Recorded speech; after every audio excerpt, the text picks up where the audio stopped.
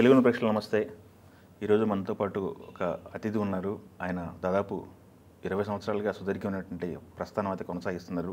ఇటు సినిమా రంగంలో అటు టెలివిజన్ రంగంలో మంచి గుర్తింపు తీసుకున్న వ్యక్తి అదిరే అభి గారు. సార్ నమస్తే అండి. నమస్తే వేణు గారు, ఎలా ఉన్నారు? బాగున్నా సార్. అభినయ్ కృష్ణ టు అదిరే అభి ఎలా ఉంది? ఎంజాయ్ చేస్తున్నారా ఈ పేరు జర్నీ? చాలా అండి. అదిరే అభి అనేది జబర్దస్త్ షో వరకే, బట్ అభినయ కృష్ణ అనేది డాక్టర్ సినారాయణ రెడ్డి గారు ఇచ్చారు కాబట్టి ఆ పేరు సినారే గారు ఇచ్చారు. సినారే గారు ఇచ్చారు. అది ఎలా జరిగింది? నేను ఒకసారి స్టేజ్ పర్ఫార్మెన్స్ చేస్తుంటే ఆయన చూసి చాలా బాగుందమ్మా నీ పర్ఫార్మెన్స్, కాకపోతే నీ ఒరిజినల్ నేమ్కి అసలు సంబంధం లేదు, ఇది పేరు ఏదైనా వేరేగా పెట్టుకుంటే నీకు ఇంకా బాగుంటుంది కదా అని అన్నారు. నేను ఆలోచిస్తున్నాను సార్, కొత్త పేరు ఏదన్నా బాగుంటుందేమో. నాకు హరికృష్ణ నా అసలు పేరు. సో హరికృష్ణ అనే వాళ్ళు చాలామంది మిమిక్రీ ఆర్టిస్టులు వీళ్ళందరూ ఉన్నారు కదా, ఇంకేదైనా కొత్త పేరు ఉంటే బాగుంటుంది నీకంటే నేను ఆలోచిస్తున్నాను సార్, మరి మంచి పేరు దొరికితే బాగుండు అని నేను అనుకుంటున్నాను అని అంటే నేనే ఆలోచించి చెప్తానులే అన్నారు ఆయన. అని ఆ ప్రోగ్రామ్ అయిపోయి సభా కార్యక్రమం ఉంటుంది కదా లాస్ట్కి, ఫెలిసిటేషన్స్ అవన్నీ, అది అయ్యేలోపు ఆయన పేరు ఆలోచించి పేరు పెట్టేశారు, స్టేజ్ మీదే అనౌన్స్ చేశారు అన్నట్టు. గ్రేట్ కదా. సో ఆ ఫోటోగ్రాఫ్ ఇంకా ఉంది. ఆయన ఎప్పుడైతే ఏ రోజైతే నాకు ఆ పేరు చెప్పారో అప్పటి నుంచి. సో అందుకనే ఆ పేరు అంటే నాకు బాగా ఇష్టం, అభినయ కృష్ణ అనేది. ఓకే. స్టేజ్ పర్ఫార్మెన్స్ అనేది మిమిక్రీ చేశారా? నేను డాన్స్ ఇమిటేషన్ అండి, నాకు లిమ్కా బుక్ ఆఫ్ రికార్డ్స్ ఉంది డాన్స్ ఇమిటేషన్కి. ఓకే. సో యాక్టర్స్ డాన్స్ ఎలా ఉంటుంది అనేది ఒక్కొక్క యాక్టర్ స్టైల్ డాన్స్ చేసి నంబర్ ఆఫ్ యాక్టర్స్ని ఇమిటేట్ చేస్తూ ఉంటాను. సో యాక్చువల్గా నేను సినిమాలోకి రావడానికి కూడా కారణం అదే. ఈశ్వర్ సినిమాలో ప్రభాస్ గారికి ఫ్రెండ్గా క్యారెక్టర్ రావడానికి కారణం కూడా ఆ ఇమిటేషన్ డాన్సే. గ్రేట్ కదా. ఇమిటేషన్ డ్యాన్స్లో అలా చేస్తూ చేస్తూ కొంచెం ఎక్స్ప్లోర్ చేసి then Limca book of records కూడా సాధించాను. ఈ పర్ఫార్మెన్స్ చూస్తున్నప్పుడు ఆయన హరికృష్ణ అంటే మిమిక్రీ డాన్స్ ఇమిటేషన్ అంటే ఎవరో అనుకున్నానమ్మా, బాగా చేసావు నువ్వు, కానీ నీ పేరుకి అది మ్యాచ్ అవ్వట్లేదు, ఏదో ఒకటి వేరేగా ఉండాలి అంటే అప్పుడు ఆయన చెప్పారు. మాకు తెలిసి అయితే ఒక 20-22 సంవత్సరాల నుంచి అనుకున్న జర్నీ దానికంటే ముందు ఉందన్నమాట జర్నీ. అంటే ఆల్మోస్ట్ ఇంకా కొంచెం ముందు ఒక 2-3 ఇయర్స్ ముందు నుంచి నేను పర్ఫామ్ చేస్తూ ఉన్నాను. ఇట్లా మీరు దీనికి ట్రైనింగ్ తీసుకున్నారా? ట్రైనింగ్ నాకు యాక్చువల్గా అంటే చిన్నప్పటి నుంచి నేను డాన్స్ చేసేవాడిని ఎక్కువగా. స్కూల్లో కాలేజీలో కానీ ఏదున్నా ఫస్ట్ డాన్స్ అనగానే కల్చరల్ యాక్టివిటీస్లో నా పేరు ఫస్ట్ రాసుకుంటాను. గుడ్. సో అలా డాన్స్ పర్ఫార్మెన్సెస్ చేస్తున్నప్పుడు ఏంటంటే ఒక్కొక్క హీరో సాంగ్ తీసుకొని డాన్స్ చేస్తున్నప్పుడు ఆ హీరో లాగా ఎక్స్ప్రెషన్స్ పెట్టి డాన్స్ చేయడం, బాడీ లాంగ్వేజ్ అంతా. చిరంజీవి గారు సాంగ్ చేస్తే చిరంజీవి గారు లాగా యాక్టింగ్ చేసుకుంటూ డాన్స్ చేస్తే అది ఎంజాయ్ చేసేవాళ్ళు ఆడియన్స్. సో నాకు ఒక థాట్ ఒకరోజు కూర్చున్నప్పుడు, ఇది బాగుంది కదా, ఎంజాయ్ చేస్తున్నారు, ప్లస్ వేరే డాన్స్ గ్రూప్తో వెళ్ళి డాన్సెస్ మన ఈవెంట్స్ లాగా ఉంటాయి కదా. అవును. సో అలా డాన్స్ ప్రోగ్రామ్స్, దసరా, దీపావళి అలాంటి ప్రోగ్రామ్స్కి వెళ్ళి డాన్స్ చేసేవాళ్ళం స్టేజ్ షోస్లో. అప్పుడు వేరే వేరే హీరోస్ అందరి సాంగ్స్ పైన ఒక్కొక్క సాంగ్ ఒక్కొక్క హీరో లాగా చేయాల్సి వస్తే అక్కడ కూడా చేసేవాడిని. చేస్తున్నప్పుడు అందరూ అప్రిషియేట్ చేసి, నువ్వు ఏ హీరో సాంగ్ చేస్తే అలా ఎక్స్ప్రెషన్స్ పెడుతున్నావు కదా, అది చాలా బాగుంది అన్నారు. ఇదేదో ఒక కస్టమైజ్ చేసి 15-20 మినిట్స్ దాంట్లో ఒక ట్రాక్ లాగా పెట్టుకొని వేరే వేరే యాక్టర్స్ని చేస్తే ఎలా ఉంటుంది అనేది అప్పుడు రెడీ చేసుకొని ఒకసారి పర్ఫామ్ చేసాము. ఓకే. చాలా మంచి రెస్పాన్స్ వచ్చింది, ఇంకా కంటిన్యూ చేస్తున్నాను. ఓకే. సో కాలేజ్ డేస్ నుంచి అది కంటిన్యూ చేస్తాను. ఎక్కడ అసలు మీది నేటివ్ ప్లేస్ ఎక్కడండి? మా ఒరిజినల్ నేను పుట్టిన ప్లేస్ అయితే రామాయణపేట, కామారెడ్డి. మా మెదక్ జిల్లాలో రామాయణపేట మా నాన్నమ్మ వాళ్ళ ఊరు, అమ్మమ్మ వాళ్ళది కామారెడ్డి. ఓకే. సో అక్కడ పుట్టాం, కానీ నా ఎడ్యుకేషన్ అంతా తాండూరులో జరిగింది, కేంద్రీయ విద్యాలయ. సో అక్కడి నుంచి దెన్ హైదరాబాద్ డిగ్రీ చదువుకున్నారు. నేను degree and PG MSc electronics. ఈ చిన్నప్పటి నుంచి ఈ యాక్టివిటీస్ చేసుకుంటానే చదువుకుంటా ఉన్నారు? చదువుకుంటూనే ఈ యాక్టివిటీస్ మధ్య మధ్యలో చేసుకునేవాడిని. ఎందుకంటే ఎడ్యుకేషన్ ప్రైమరీ ఫోకస్. సో ఎప్పుడో సమ్మర్ హాలిడేస్లో డాన్స్ క్లాస్కి వెళ్ళి నేర్చుకోవడము, క్లాసికల్ కూచిపూడి నేర్చుకున్నాను. సో క్లాసికల్ నేర్చుకోవడము, లేదంటే ఇలాంటి స్టేజ్ షోస్ ఏదైనా ఉన్నప్పుడు ఆ ట్రూప్తో కలిసి వెళ్ళిపోయి వాళ్ళతో పాటు పర్ఫామ్ చేయడము. ఓకే. సో చేసేవాడిని, బట్ ఏదున్నా ఎడ్యుకేషన్ ఫస్ట్ కంప్లీట్ చేయాలనేది మా నాన్నగారు మాకు పెట్టిన రూల్ అన్నట్టు. ఓకే. సో అది కంప్లీట్ చేసుకుంటున్నాను. ఓకే. మీ నాన్నగారు రూల్ పెట్టారనమాట. అయితే స్టూడెంట్గా ఏంటి పరిస్థితి? ఏమన్నా క్లవర్ స్టూడెంటా? నేను అంటే యావరేజా, క్లవరా, లేకపోతే పూరా? వెళ్ళలేదు. 10th ఇంటర్ వరకు okay student. Degree and PG first rank, first class, above 60% okay distinction. అప్పట్లో ఫస్ట్ క్లాస్ అంటే మామూలు విషయం. ఇప్పుడు మారిపోయినాయి కొంచెం, ఇప్పుడు 99 వచ్చిన వైనాట్ 100 అంటున్నారు. ఎగ్జామ్ ఉంది అంటే చాలా, ఎగ్జామ్ నైట్ డే అంతా వదిలేసి నైట్ 2 గంటలకు లేచి కూర్చొని చదువుకునేవాడిని. కరెక్ట్గా మైండ్లోకి ఎక్కేది. నెక్స్ట్ డే ఎగ్జామ్ రాస్తే మంచి మార్క్స్. సో అలా పీజీ కంప్లీటెడ్. దాని తర్వాత మళ్ళీ మీరు ప్రొఫెషనల్గా ఇటే వైపే వచ్చారా, లేకపోతే ఏమైనా ప్రొఫెషనల్గా జాబ్లు ఏమైనా చేశారా? లేదు, నేను సినిమాలో చేసి కొన్ని సంవత్సరాలు లైక్ 3 to 4 years సినిమాలో చేసిన తర్వాత అవకాశాలు రావట్లేదు. మనకేంటంటే వెళ్ళి ఆఫీస్లో అడగడం, ఎందుకు మనకు యాక్టింగ్ చూశారు కదా సినిమాల్లో, ఈశ్వర్, గౌతమ్ ఎస్ఎస్సి, మీరు ఎడ్యుకేషన్ అయిపోయిన తర్వాత డైరెక్ట్ ఇటే వచ్చారు సినిమాలు చేసిన తర్వాత కొన్ని సంవత్సరాలు లైక్ 3 to 4 years చేసి గౌతమ్ ఎస్ఎస్సి కూడా అయిపోయిన తర్వాత మళ్ళీ ఆఫీస్కి వెళ్ళి సార్ నాకు ఒక అవకాశం ఇవ్వండి అడగడం, ప్రతిసారి అడగడం ఇదే అవుతుంది కదా, మనం చేసాం, వాళ్ళకి నచ్చితే వాళ్ళే పిలుస్తారులే అని వెయిట్ చేశా. కొన్ని రోజులు రాలేదు. ఇలా అయితే టైం వేస్ట్ అయిపోతుందేమో, కరెక్ట్ అదే కదా ఏజ్, మనం సెటిల్ అవ్వాల్సిన ఏజ్. ఇంకొంచెం ముందుకెళ్ళిన తర్వాత వి కాంట్ టర్న్ బ్యాక్. మళ్ళీ వెనక్కి అప్పుడు జాబ్ చేద్దామన్నా అది కరెక్టా కాదు. కాబట్టి ఈ ఏజ్లో సెటిల్ అవ్వాలి అని ఒక టార్గెట్ పెట్టుకున్నాను. అలా అని చెప్పేసి ఇంకా ఇక్కడ సినిమా అవకాశాలు తక్కువ ఉన్నాయని చెప్పేసి అటు వెళ్ళి జాబ్ చేశాను. ఓకే. సో నేను సాఫ్ట్వేర్ జాబ్ చేసుకుంటూ ఐబిఎంలో చేశాను, తర్వాత డెలాయిట్లో జాయిన్ అయ్యాను. సో 2 పెద్ద కంపెనీసే. అవును. నేను ఆ జాబ్ చేస్తున్నప్పుడు మళ్ళీ టీవీలో అవకాశం వచ్చింది. ఓకే. అది కూడా సేమ్ డాన్స్ ఇమిటేషన్ వల్లనే వచ్చింది నాకు మళ్ళీ. ఓకే. సో నేను ఎక్కడో ఒకసారి ఒక స్టేజ్ ప్రోగ్రాంలో డాన్స్ ఇమిటేషన్ చేసింది చూసి గుర్తుపెట్టుకొని నేను జాబ్ చేస్తున్నప్పుడు పిలిచి, ఓకే, మీరు అప్పుడు చేశారు కదా, నాకు టీవీలో షో స్టార్ట్ అవుతుంది, మీరు యాంకరింగ్ చేయాలి దానికి అని. ఓకే. అలా మళ్ళీ టీవీకి కమ్ బ్యాక్ అయ్యాను. సో టీవీలో వచ్చినా కూడా అటు జాబ్ కంటిన్యూ చేస్తూనే టీవీ షోస్ చేశాను. జాబ్ ఎప్పుడు వదిలేసారు మీరు? ఆల్మోస్ట్ 2017 వరకు జాబ్ చేశాను. 10 years చేశారు? 10 years చేశాను. 10 years జాబ్ చేశాను. 10 years సాఫ్ట్వేర్ జాబ్ చేశాను. యూఎస్ వెళ్ళి ఆఫీస్ వర్క్, అక్కడ ఆన్ సైట్ ఎక్స్పీరియన్స్ కూడా చేశాను. 10 years సాఫ్ట్వేర్ జాబ్ అంటే వదిలేసే టైంలో మంచి ప్యాకేజ్ ఉంటుంది. మంచి ప్యాకేజ్, ఆఫ్ కోర్స్ మంచి ప్యాకేజ్. నేను వదిలేసేటానికి ఆల్మోస్ట్ 1.5 lakh. 1.5 lakh 17లో, 2017లో. ఇప్పుడు వరకు కంటిన్యూ అయితే నాకు తెలిసి ఒక 5-6 lakhs ఈజీగా కొంచెం మంచి ప్యాకేజ్ వచ్చేది, పొజిషన్ కూడా మంచి పొజిషన్ వచ్చేది. కాకపోతే ఏంటంటే అంటే అఫ్ కోర్స్ దానికంటే మా బాస్ చాలా సపోర్టివ్ బాస్, నాగరాజ్ అని చెప్పేసి, ఆయన చాలా సపోర్టివ్ ఉండేవారు. ఆయన ఏంటంటే సరే నువ్వు ఎలాగో వదిలేద్దాం అనుకుంటున్నావు కదా, ఒక 2 years బాగా కష్టపడి సంపాదించేసుకో, యూఎస్ ట్రాన్స్ఫర్ చేస్తామని అన్నారు. నాకు యూఎస్ ఆఫర్ ఇచ్చి నన్ను యూఎస్ పంపిస్తామన్నారు. అక్కడైతే మనం డాలర్స్లో సంపాదించుకోవచ్చు, then I can come back, settle అయిపోవచ్చు 2 yearsలో అక్కడ సంపాదించుకుంటే, ఒక్కరిని వెళ్తే. కాబట్టి అన్నారు, కానీ నాకు వెళ్ళడం ఇష్టం లేకుండే. Money is not the primary focus నాకు, నా పర్టికులర్గా. ఓకే. అది ఇక్కడ కూడా మనం ఏదో కష్టపడి చేసుకోవచ్చు, దానికి ఇక్కడ వదిలేసి వెళ్ళిపోవడం ఎందుకు అని చెప్పేసి అది వెళ్ళలేదు. మీరు వెళ్ళలేదు. ఓకే. మీరేంటంటే ఎంతమంది పిల్లలు? మీరు? నేను, తమ్ముడు, చెల్లి. తను ఇప్పుడు home maker, but she was working in Dubai బ్యాంక్లో. Okay. She use to work as a admin in the bank. తమ్ముడు యూఎస్లో ఉన్నాడు, జాబ్ చేస్తున్నాడు. ఇద్దరు సెటిల్డ్? ఓకే. సెటిల్డ్. పేరెంట్స్ ఏంటంటే పేరెంట్స్ ఎంప్లాయీసా లేకపోతే ఫార్మరా, ఏంటి పరిస్థితి? లేదండి, నాన్నగారు బిజినెస్, తర్వాత బిఎడ్ కాలేజ్ ఒకటి పెట్టారు.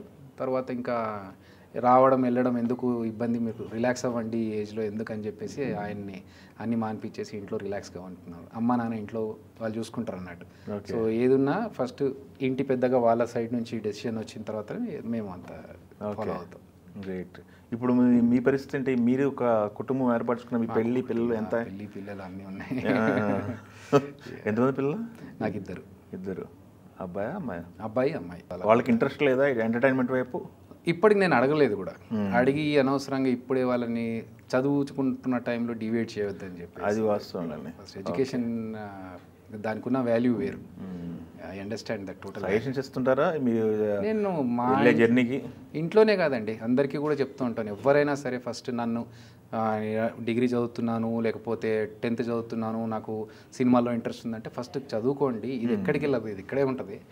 మీరు ఎడ్యుకేషన్ కంప్లీట్ చేసుకొని వచ్చి అప్పుడు ట్రై చేయండి. ఎందుకంటే మీరు ఆల్రెడీ ఇండస్ట్రీలో ఉన్నారు వేణు గారు, మనం చూస్తున్నాం ఇండస్ట్రీలో ఉన్న ఈ 20 years ఆఫ్ ఎక్స్పీరియన్స్లో ఎంతోమంది వస్తున్నారు, కొంతమంది సెటిల్ అవుతున్నారు, చాలామంది సెటిల్ కాకుండా వెళ్ళిపోతున్నారు. సో సెటిల్ కాకుండా వెళ్ళిపోయిన వాళ్ళు ఎంతమంది సర్వైవ్ అవుతున్నారు, లైక్ లైఫ్లో సినిమా ఇండస్ట్రీలో కాకుండా బయట ఏం చేస్తున్నారు అనేది చూసుకుంటే, వాళ్ళకు ఒక ఎడ్యుకేషన్ ఉంటే ఇక్కడ కాకుండా ఇంకో స్టేట్కి వెళ్ళో వేరే దేశానికి వెళ్ళో వాళ్ళ లైఫ్ కంటిన్యూ చేయొచ్చు. అవును.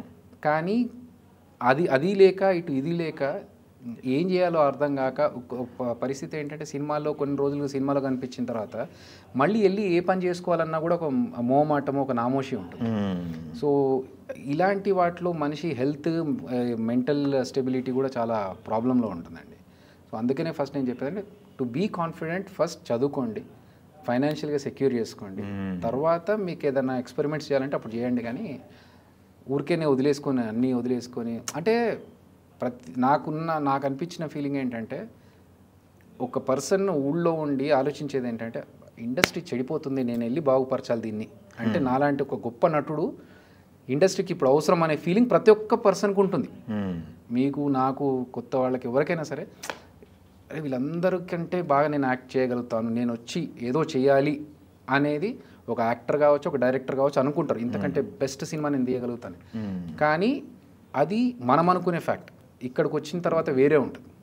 సో ఆ స్ట్రగుల్స్ ఇవన్నీ చూసి మళ్ళీ ఒకవేళ సర్వైవ్ కాలేకపోతే వెనక్కి వెళ్ళాలంటే they should have one backup plan. అది అందుకనే నేను I prefer every one to complete there education first.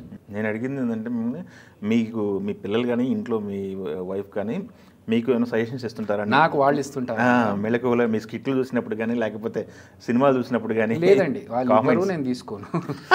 ఇవ్వరు, యాక్చువల్గా సజెషన్స్ ఇవ్వరు. ఎందుకంటే వాళ్ళు ఏమనుకుంటారంటే అంటే కొన్ని విషయాల్లో ఈ డ్రెస్ బాగాలేదు, హెయిర్ స్టైల్ బాగాలేదు అంతవరకే తప్ప క్రియేటివ్ ఇన్పుట్స్ అంటూ ఉండవు. ఓకే, ఫ్రెండ్స్ ఉన్నారు కొంతమంది, వాళ్ళు చెప్తూ ఉంటారు. ఓకే, అయితే మీ జర్నీ స్టార్ట్ అయింది ఈశ్వర్ సినిమా ద్వారా. ఈశ్వర్ అవకాశాలు ఏంటి పరిస్థితి, ఇది ఎలా వచ్చింది?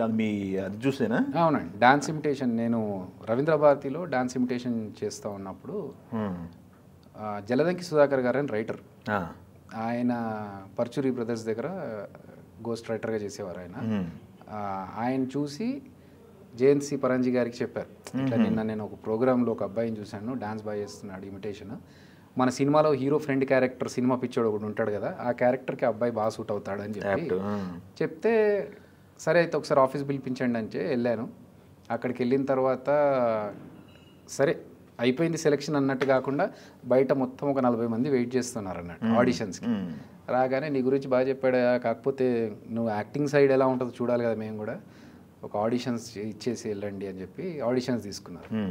ఇంకా రాక వచ్చిన అవకాశం బాగా యూటిలైజ్ చేసుకోవాలని చెప్పేసి ఒక 5 minutes టైంలో ఏం చేస్తే బాగుంటుందని ఒక సీన్ ఇచ్చారు కదా, దాని వేరియస్ క్యారెక్టరైజేషన్స్ చేసుకొని ఒకటే దెబ్బకి 3 క్యారెక్టర్స్ ఎలా ఉంటాయి అనేది ఒక చిన్న ఆడిషన్స్లో చేసి చూపించాను. వాళ్ళు ఒక 3-4 days తర్వాత ఫోన్ చేసి సెలెక్టెడ్ అని చెప్పారు. ఎన్ని రోజులు చేశారు సినిమా? అది 3 months అండి. నాకు అప్పుడు వాళ్ళు చెప్పడం ఏంటంటే నేను హీరో ఫ్రెండ్ క్యారెక్టర్ అంటే మామూలుగా ఒక 10 రోజులు 15 రోజులు చేసి పంపిస్తారేమో అనుకున్నాం. సరే ఎన్ని రోజులు సార్ డేట్స్ అంటే 3 months మొత్తం బ్లాక్ చేసుకోమ్మా, షూటింగ్ అయ్యే వరకు నువ్వు ఉండాలి హీరో పక్కన. అదేంటి సార్ అంటే అంత 3 months సినిమా అంతా ఉంటామా అంటే ఉంటారు మీరు అన్నారు. ఇంకా ఇదేంటిది, అప్పటికే నేను జయంత్ గారి సినిమాలు 3 సార్లు చూసినవి ఉన్నాయి. ప్రేమించుకుందాం రా, ప్రేమ అంటే ఇదేరా, బావగారు బాగున్నారు, ఈ సినిమాలన్నీ 3 సార్లు చూశాను అప్పటికి. అది కోఇన్సిడెన్స్, మళ్ళీ నాకు బాగా నచ్చినాయి. మళ్ళీ ఒకసారి వెళ్ళి హీరో ఫ్రెండ్ లెంత్ ఎంత ఉందని చెక్ చేసుకుంటున్నా అన్నట్టు, ఎక్కడెక్కడ హీరో ఫ్రెండ్ క్యారెక్టర్స్ ఎంత ఉన్నాయి డైరెక్టర్ గారి సినిమాలో. ఓకే ఇంతే ఉంటాయి కదా, మరి ఏంటి 3 months కోసం పిలిచారని. నిజంగా కూడా సినిమా రిలీజ్ అయిన తర్వాత చూసుకుంటే హీరో హీరోయిన్ మధ్యలో వచ్చే డ్యూయెట్స్ తప్ప అంత సినిమా అంతా త్రూ అవుట్ ఉంటాం మేము లాస్ట్ వరకు. అది నిజంగా ఒక మంచి అవకాశం మాకు. గ్రేట్. మీరు ప్రభాస్ గారు ఇద్దరు నట కెరియర్ ఒకటే cinema career. First day shoot మా ఇద్దరికి ఆయన ఒకటే మాట అన్నారు, లైక్ ఫస్ట్ సినిమాలో ఫస్ట్ షాట్ ఏంటంటే ప్యాంట్ తీసి జేబులోంచి డబ్బులు తీసి మస్తు పైసలు ఉన్నాయి మామ అని తీయాలి డబ్బులు. ఫస్ట్ షాట్ అది అందులో తీస్తే నీకు ఇంతమంది ముందులో సిగ్గు అనిపించలేదా అన్నాడు ప్రభాస్ గారు. నాకు అసలు జనాలు ఉన్నారనే విషయమే గుర్తులేదు భయ్యా, తెలీదు. కెమెరా చూస్తున్నాను, అక్కడ సౌండ్ వస్తుంది, ట్రర్ అని రీల్స్ చూడతా ఉంది. సో ఆ సౌండ్లో నాకు అసలు జనాలు ఏం లేదు, డైరెక్టర్ గారు చెప్పింది ఒకటే గుర్తుంది, తీయాలి డబ్బులు తీయాలి బయటకి అంతే. అంటే నీకు ఆయన చాలా సిగ్గు కదా ప్రభాస్ గారికి, చాలా షై పర్సన్. సో అరే నువ్వు అలా చేయడం టక్కున తీస్తే నాకు కూడా ఒక్కసారి ఏంటి అలా తీస్తున్నాడు అనిపించింది. బట్ గుడ్ చేసావు అని చెప్పేసి అప్రిషియేట్. అయితే మళ్ళీ తన తర్వాత సినిమా రిలీజ్ తర్వాత కానీ తన తర్వాత కలిసిన సందర్భాలు చాలా ఉన్నాయండి. చాలాసార్లు కలిసాము. మధ్యలో సినిమా రిలీజ్ అయిన తర్వాత మేము అందరం కలిసి విజయయాత్రకి వెళ్ళాము. అవును. సో ప్రభాస్ గారు మేమంతా కలిసే ట్రావెల్ చేసాం. ఆయన ఒక సెపరేట్ కార్, అప్పుడే సినిమా రిలీజ్ అయినాక కార్ కొన్నారు ఒకటి కొత్తది. కాకపోతే ఆయన కార్ పక్కన పెట్టేసి వాళ్ళ నాన్నగారు ప్రభాస్ గారు ఇద్దరు వచ్చారు కార్లో, కొత్త కార్లో. అది పక్కన పెట్టేసి but he join in the bus. మా బస్లో జాయిన్ అయిపోయి మాతో పాటు అంతాక్షరి వాడుకుంటూ హ్యాపీగా ఎంజాయ్ చేస్తూ చాలా హ్యాపీగా ఉన్నాం. మళ్ళీ తర్వాత వేరే వేరే షూట్స్లో వెళ్ళి మధ్యలో కలిసాను. రాఘవేంద్ర జరుగుతున్నప్పుడు, అవును, తర్వాత ఛత్రపతి జరుగుతున్నప్పుడు వెళ్ళి కలిసాము. అండ్ తర్వాత ఇంకా నేను జాబ్కి వెళ్ళి మధ్యలో వచ్చిన తర్వాత మన బాహుబలి టైంలో కలిసాను మళ్ళీ. బాహుబలి షాక్డ్ ఆయన. నేను చాలా సంవత్సరాల తర్వాత. బాహుబలికి ఏం చేశారు మీరు? నేను అసిస్టెంట్ డైరెక్టర్గా వర్క్ చేశాను బాహుబలికి. So all of a sudden నన్ను అక్కడ చూస్తారు, కానీ షాక్, నువ్వేంటి ఇక్కడ అన్నాడు. అంటే నేను అసిస్టెంట్ డైరెక్టర్గా జాయిన్ అంటే ఇంకా అసలు ఆయన అసలు నమ్మలేదు. నువ్వు ఏంటి యాక్టింగ్ వదిలేసావా అంటే లేదు చేస్తున్నా. అంటే మరి షో ఏదో చేస్తున్నావు కదా, కామెడీ షో చేస్తున్నావు కదా అంటే అది చేస్తున్నాను భయ్యా, ఇది చేస్తున్నాను. అలా ఉన్నారు మన వాళ్ళంతా, అందరి గురించి మాట్లాడేసి. అంతా మాట్లాడారు. మళ్ళీ అప్పుడు అదే రోజు ఇమ్మీడియట్గా భయ్యా ఒక ఫోటో దిగాలి మనము. 15 years బ్యాక్ షూటింగ్ జరుగుతున్నప్పుడు మనం ఈశ్వర్ సినిమాలో ఒక పోస్టర్ ఉంది, ఒక ఫోటో ఉంటుంది మనది ల్యాబ్లో, సేమ్ అలాంటిది ఒక ఫోటో దిగుదాం భయ్యా అనగానే ఇమ్మీడియట్ ఓకే అనుకొని మళ్ళీ 15 years బ్యాక్ 15 years ఆఫ్టర్ అని ఒక ఫోటో దిగామన్నట్టు. ఓకే, మీరు చేసిన ఫ్రెండ్స్ అంతానా? నేను ఒక్కనే కదా, నేను ఒక్కనే ఉన్నాను. సో అప్పుడు ఏంటంటే ల్యాబ్లో ఒక యాసిడ్ ఇవి రియాక్షన్స్ జరుగుతూ ఉంటే మేము ల్యాబ్లో వెళ్ళి చూసి షర్బత్ తయారు చేస్తున్నారు అనుకుంటాం. సో ప్రభాస్ గారి పక్కన నేను ఉండి చూస్తూ, అరే పోరగాళ్ళు కాలేజీలో ఏం చేస్తారో అనుకున్నా, షర్బత్లు తయారు చేస్తారు రో అంటాం అన్నట్టు. సో ఆ సీన్కి ఏదైతే సీన్ చేయి పెట్టుకొని ఉందో ఆ ఫోటో మళ్ళీ దిగుదామని చెప్పేసి దిగాము ఇద్దరం కలిసి. గ్రేట్ కదా. చూపించా ఆయనకి, ఫోన్లో చూపించా ఆ ఫోటో ఈ ఫోటో రెండు చూపించి. ఎన్ని రోజులు చేశారు బాహుబలి 2కి? సెకండ్ పార్ట్ బాహుబలి 2 మొత్తం చేశాను. వార్ సీక్వెన్స్ మొత్తం చేశాను నేను. వార్ అంటే క్లైమాక్స్ కనుక అన్నీ ఉన్నాయి కదా. అదే వార్ సీక్వెన్స్ ఇంకా మొత్తం ఫిల్మ్ సిటీలోనే. కొన్ని రోజులు ఇక్కడ మన అల్యూమినియం ఫ్యాక్టరీలో జరిగింది. ఓకే, అప్పుడు బాగా రెగ్యులర్గా కలిసాను ప్రభాస్ గారితో. 20 years బ్యాక్ ఉన్న ప్రభాస్ గారికి బాహుబలి టైంలో ఇప్పుడు చూసిన ప్రభాస్ గారికి ఏం డిఫరెన్స్ కనిపించింది సార్? బాహుబలికి ఈశ్వర్కి చాలా డిఫరెన్స్ ఉంది. ఈశ్వర్ సినిమా అప్పటికి మేము షూటింగ్ జరుగుతున్నప్పుడు అసలు మేము యాక్టర్స్ అనేది జనాలకు తెలీదు. ఈవెన్ ప్రభాస్ గారు కూడా ఎంత సింపుల్గా అంటే వచ్చి ఎక్కడన్నా చిన్న ఇది ఉంటుంది కదా, గద్దెలాగా ఉంటుంది, దాని మీద కూర్చునేవాడు. మేమందరం కూర్చొని టైంపాస్ చేసుకునే వాళ్ళము. ఆయన చైర్ ఆయన్ని పట్టుకుని తిరిగేవాడు. సో అంతా చాలా క్యాజువల్గా ఒక డెక్ ఆన్ చేసుకొని, కార్లో డెక్ ఆన్ చేసుకొని సాంగ్స్ పెట్టుకొని డాన్స్ చేసుకుంటూ అంత క్యాజువల్గా ఉండేవాడు. ఒక్క డ్రిఫ్ట్ మన 15 years చిన్న ట్రాన్స్ఫర్మేషన్ ఏంటంటే బాహుబలికి వచ్చేసరికి ఈజ్ ఎ సూపర్ స్టార్. అవును, ఆయన అసలు స్టూడియో బయట ఒక్కరు కాలు పెట్టే పరిస్థితి లేదు. ఈశ్వర్ టైంలో మామూలుగా స్ట్రీట్స్లో తిరిగేవాళ్ళం అలాగే. ఓకే, అసలు ఏంటిది సీరియల్ అని అడిగారు జనాలు, అంటే కదా అంత కొత్త యాక్టర్సే కదా. అవును, అలాంటిది ఒక 15 years చూసుకుంటే ఈజ్ ఎ సూపర్ స్టార్, అది కూడా ఇండియా వైడ్. అవును. బాహుబలి తర్వాత అయితే మేము నార్త్ ఇండియా సైడ్ ఎప్పుడన్నా వెళ్ళినప్పుడు, మీరు ఫస్ట్ సినిమా ప్రభాస్తో చేశారా, అదొక గ్రేట్ ప్రివిలేజ్ లాగా చూస్తాను. So that is a major difference about his craze. Person wise చెప్పాలంటే ప్రభాస్ గారికి అలాగే ఉన్నారు ఆయన. అంటే ఒక ఫస్ట్ సినిమాలో ఎలాగైతే క్యాజువల్, కాకపోతే ఏంటంటే కొన్ని సిచ్యువేషన్స్లో ఫ్రీగా వచ్చి కూర్చొని బయట అందరం కలిసి తినడం ఇలాంటివి కుదరకపోవచ్చు, కానీ మేము ఆఫ్టర్ షూట్ కూడా కాస్త టైం స్పెండ్ చేసి మేము వాలీబాల్ ఆడుకునే వాళ్ళం, ఇదంతా చేసాము. సో అప్పుడు చాలా కూల్గా క్యాజువల్గా ఉండేవారు. Fun loving person. So personality wise no difference, but craze wise is a super star. Baahubali 2కి వర్క్ చేసిన తర్వాత ఏం నేర్చుకున్నారు? నేను చాలా నేర్చుకున్నానండి. అంటే ఒక బ్లూ మ్యాట్ షూట్లో ఇప్పుడు మనం గ్రీన్ మ్యాట్లో చేస్తున్నాము. So what is the difference between blue mat and green mat? ఒక పెద్ద లార్జ్ క్యాన్వస్ మూవీ ఎలా చేస్తారు, అందులో యూనో ఒక డిసిప్లిన్డ్ షూట్ ఎలా ఉంటుంది. రాజమౌళి గారి దగ్గర ఆయన ఒక్కొక్క షాట్ని ఎంత పర్ఫెక్షన్తో చేస్తారు, ఎంత టైం తీసుకుంటారు, ఆయన ఒక సీన్ ఎలా కన్సీవ్ చేస్తారు, ఇవన్నీ కూడా వెరీ హెల్ప్ఫుల్ టు లెర్న్. ఒక సీన్ చేస్తున్నప్పుడు దాంట్లో క్రియేటివిటీ, సడన్గా ఒక థింగ్ అవసరం ఉంది టక్కని లేదనుకోండి, దాని బదులు ఆల్టర్నేట్ ఏంటి, ఏం చేయొచ్చు, సో ఇవన్నీ ప్లాన్స్ ఆయన చూస్తున్నప్పుడు ఆయన దగ్గర నేర్చుకున్నాను. రాజమౌళి గారి దగ్గర వర్క్ చేశారు, ఎక్స్పీరియన్స్ గెయిన్ చేశారు. ఎస్. దాని తర్వాత మళ్ళీ ట్రిపుల్ ఆర్కి వాటికి ఎందుకు ట్రిపుల్ ఆర్కి చేయలేదు, ఎందుకంటే అండి ఈ గ్యాప్లో నేను వేరే మూవీస్ చేస్తున్నారు కదా. సో యాక్చువల్గా నేను ఒక 2 స్క్రిప్ట్స్ నేను రాసుకొని డైరెక్ట్ ప్రొడ్యూసర్స్ దగ్గరికి వెళ్ళి అప్రోచ్ అవ్వడం ఇవి జరుగుతూ ఉన్నాయి. ఓకే. సో అందుకని చెప్పేసి మళ్ళీ అటు వెళ్తే నేను మధ్యలో రావడం అంటే కష్టం అయిపోతుంది, టోటల్గా మొత్తం టైం అక్కడ స్పెండ్ చేయాలి కదా. అందుకని చెప్పేసి నేను జాయిన్ అవ్వలేదు. సెకండ్ ఎలా పెట్టుకున్నారు మిమ్మల్ని తీసుకెళ్ళిపోయి డైరెక్ట్గా అసిస్టెంట్ డైరెక్టర్, దానికి ఒక ప్రాసెస్, ఒక ఎక్స్పీరియన్స్ అంటే అండి నేను బాహుబలి కంటే ముందు నుంచి నాకు రాజమౌళి గారు, వల్లి మేడం, కీరవాణి గారు అందరూ పరిచయం. ఓకే. ఆల్రెడీ అసోసియేషన్ ఉందా? అసోసియేషన్ ఉందండి. అసోసియేషన్ అంటే మామూలు అసోసియేషన్ కాదు. మా తమ్ముడి పెళ్ళికి రాజమౌళి గారు వీళ్ళందరూ వచ్చారు. కీరవాణి గారు, రాజమౌళి గారు అందరూ వచ్చారు ఫంక్షన్ పెళ్ళికి. సో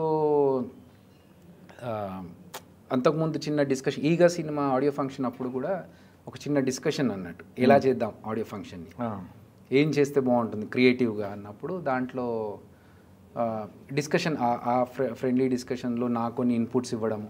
వాళ్ళకి అర్థమైపోయింది, ఓకే వీడికి ఎంతో కొంత తెలివి ఉంది, వీడేదో మంచి విషయం ఉన్న క్యాండిడేట్, ఏదో ఐడియా బాగానే ఇస్తాడనేది తెలుసు. దాని తర్వాత మేము బాహుబలి 1 అయిపోయిన తర్వాత మ్యూజికల్ టూర్ ఒకటి చేసాం యూఎస్లో, కీరవాణి గారి ట్రూప్.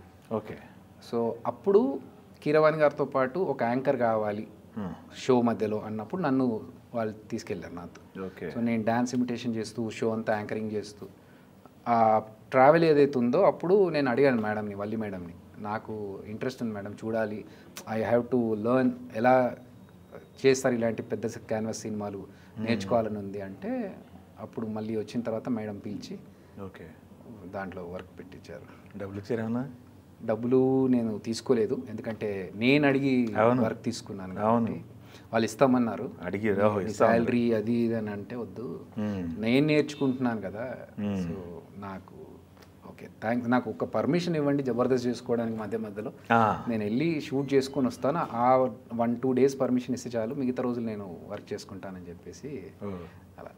గ్రేట్. ఇంకా యాక్చువల్గా నేను నేర్చుకున్న దానికి మనం వేరే ఇన్స్టిట్యూట్లో అయితే లక్షలు పెట్టి నేర్చుకోవాల్సి వస్తుంది. మనం ఊరికే నేర్చుకున్నాం కాబట్టి ఇంకా డబ్బులు రిటర్న్ తీసుకోవడం అనేది కరెక్ట్ కాదనిపించింది. అది కాక ప్రాక్టికల్, అది పెద్ద మూవీ. ఎగ్జాక్ట్లీ.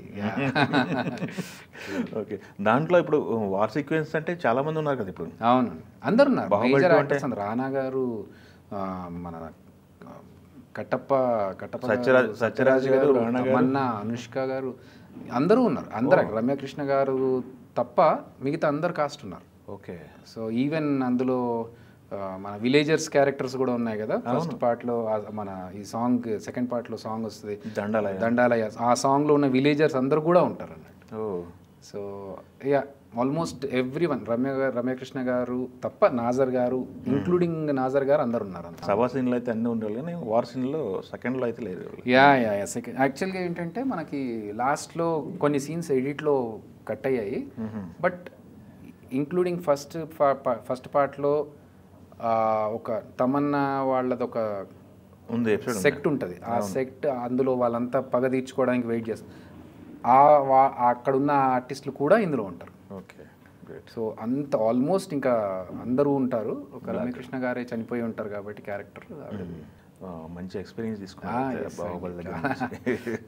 బట్ ఇప్పుడు టీవీ విషయానికి వస్తే జబర్దస్త్ పరిస్థితి ఏంటి? జబర్దస్త్ కూడా మిమ్మల్ని వాళ్ళు పిలిచారు. ఓకే, మమ్మల్ని పిలిచారంటే జబర్దస్త్ ఫస్ట్ 26 ఎపిసోడ్స్ అయిపోవచ్చిన టైంలో మన అంతకుముందున్న ధనరాజ్, వేణు, చంద్ర వీళ్ళంతా అప్పుడు టీమ్ లీడర్స్ 26 ఎపిసోడ్స్ తర్వాత వాళ్ళంతా మానేస్తాం అనుకునే స్టేజ్లో ఉన్నారన్నట్టు. సో ఆ టైంలో కొత్తగా ఇంకొక కొత్త టీమ్స్ని తీసుకోవాలనే ఉద్దేశంలో మలయాళ వాళ్ళు they thought of new teams. Okay. అప్పుడు నాకు చెప్పింది ఏంటంటే 3 యాంకర్స్ని, 3 వేరే టీం ఆల్రెడీ ఉన్న వాళ్ళలోంచి 3 కంటిన్యూ చేసి నెక్స్ట్ కంటిన్యూ చేద్దాం అనుకుంటున్నామండి అని అన్నారు. సో అట్లా నన్ను ఇంకొక 2 యాంకర్స్ అప్పుడు ఉన్న వాళ్ళని టీమ్ లీడర్లుగా అనుకుంటున్నాము, మీరు ఒక 3 స్కిట్స్ తీసుకొని రండి అంటే నేను నా టీంతో ఒక 3 స్కిట్స్ ప్రిపేర్ చేసుకుని తీసుకెళ్ళి చూపించాము. They loved it. అప్పటికి జబర్దస్త్ పేరు వరల్డ్ వైడ్ వెళ్ళిపోయింది. ఎందుకంటే నేను ఆస్ట్రేలియా ట్రిప్కి వెళ్తే ప్రోగ్రామ్స్ కోసం, అక్కడ అందరూ జబర్దస్త్ గురించి బాగా మాట్లాడారు పాజిటివ్గా. సో ఆస్ట్రేలియా దాకా వెళ్ళింది కదా జబర్దస్త్, మనం యాంకర్గా చేసేదానికంటే జబర్దస్త్లో ఒక టీమ్ లీడర్గా చేస్తే మన పేరు కూడా అక్కడ దాకా వస్తుంది అని చెప్పేసి నేను మన టీంతో పాటు వెళ్ళి పర్ఫామ్ చేసాము. ఓకే, వాళ్ళకి నచ్చింది. కట్ చేస్తే తర్వాత తెలిసింది ఏంటంటే నాతో పాటు ఇంకో ఇద్దరు యాంకర్స్ వస్తారన్నారు కదా, వాళ్ళు రాలేదు. నేను ఒక్కడే ఉన్నాను అక్కడ. ఓకే, మిగతా వాళ్ళంతా అక్కడ ఆల్రెడీ ఎగ్జిస్టింగ్ ఉన్న వాళ్ళ నుంచి పిక్ చేసుకొని చేశారు అన్నట్టు. ఓకే. సో అట్లా స్టార్ట్ అయింది జబర్దస్త్. అదేలేండి. మీకంటే ముందున్న టీము లీడర్స్ అయితే వేణు, ధనరాజు, చంద్ర, చంటి వీళ్ళు ఉన్నారు. వాళ్ళు అప్పటికే 26 ఎపిసోడ్స్ తర్వాత వాళ్ళు వెళ్ళిపోయారు. వాళ్ళు వెళ్ళిపోయి ఓన్లీ రాఘవ గారు మాత్రమే ఉండి మిగతా వాళ్ళందరూ వెళ్ళిపోయి వాళ్ళు మళ్ళీ తర్వాత మధ్యలో వచ్చేది. సో రాఘవ గారు తప్ప మిగతా అందరు వెళ్ళిపోయారు. అప్పుడు ఏం చేశారంటే వేణు టీంలోంచి సుధీర్ని అండ్ చంటి టీంలోంచి శకలక్ శంకర్ని అట్లా వాళ్ళని తీసుకొచ్చారు.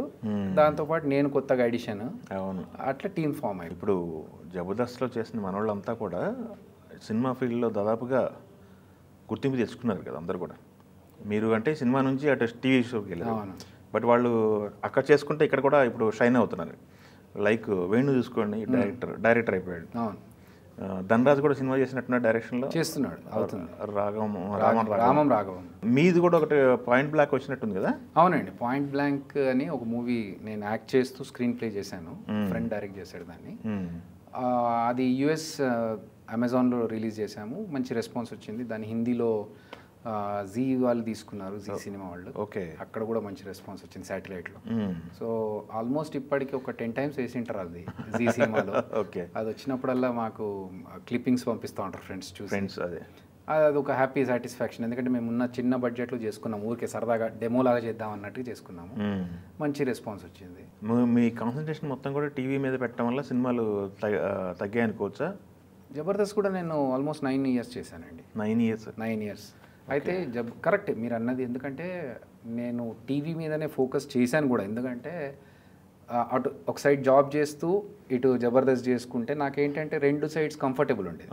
ఇప్పుడు సినిమా అనుకోండి, సినిమా షూట్ అంటే నాకు అవుట్ ఆఫ్ స్టేషన్ వెళ్ళాల్సి వస్తే మళ్ళీ నాకు ఇక్కడ ఆఫీస్ ప్రాబ్లం అయ్యేది. ఆఫీసు జబర్దస్త్ షూట్ కాబట్టి నేను జబర్దస్త్లో ఉంటే ఏంటంటే నాకు నా స్కిట్ ఉన్నంత వరకు నేను చేసి మేబీ ఒక డేలో ఒక 1 hour ఒక స్కిట్కి పెట్టుకున్నా, డైలీ 2 episodes షూట్ చేస్తే నాకు 2 గంటలు డేలో స్పెండ్ చేస్తే మిగతా time I can work from home.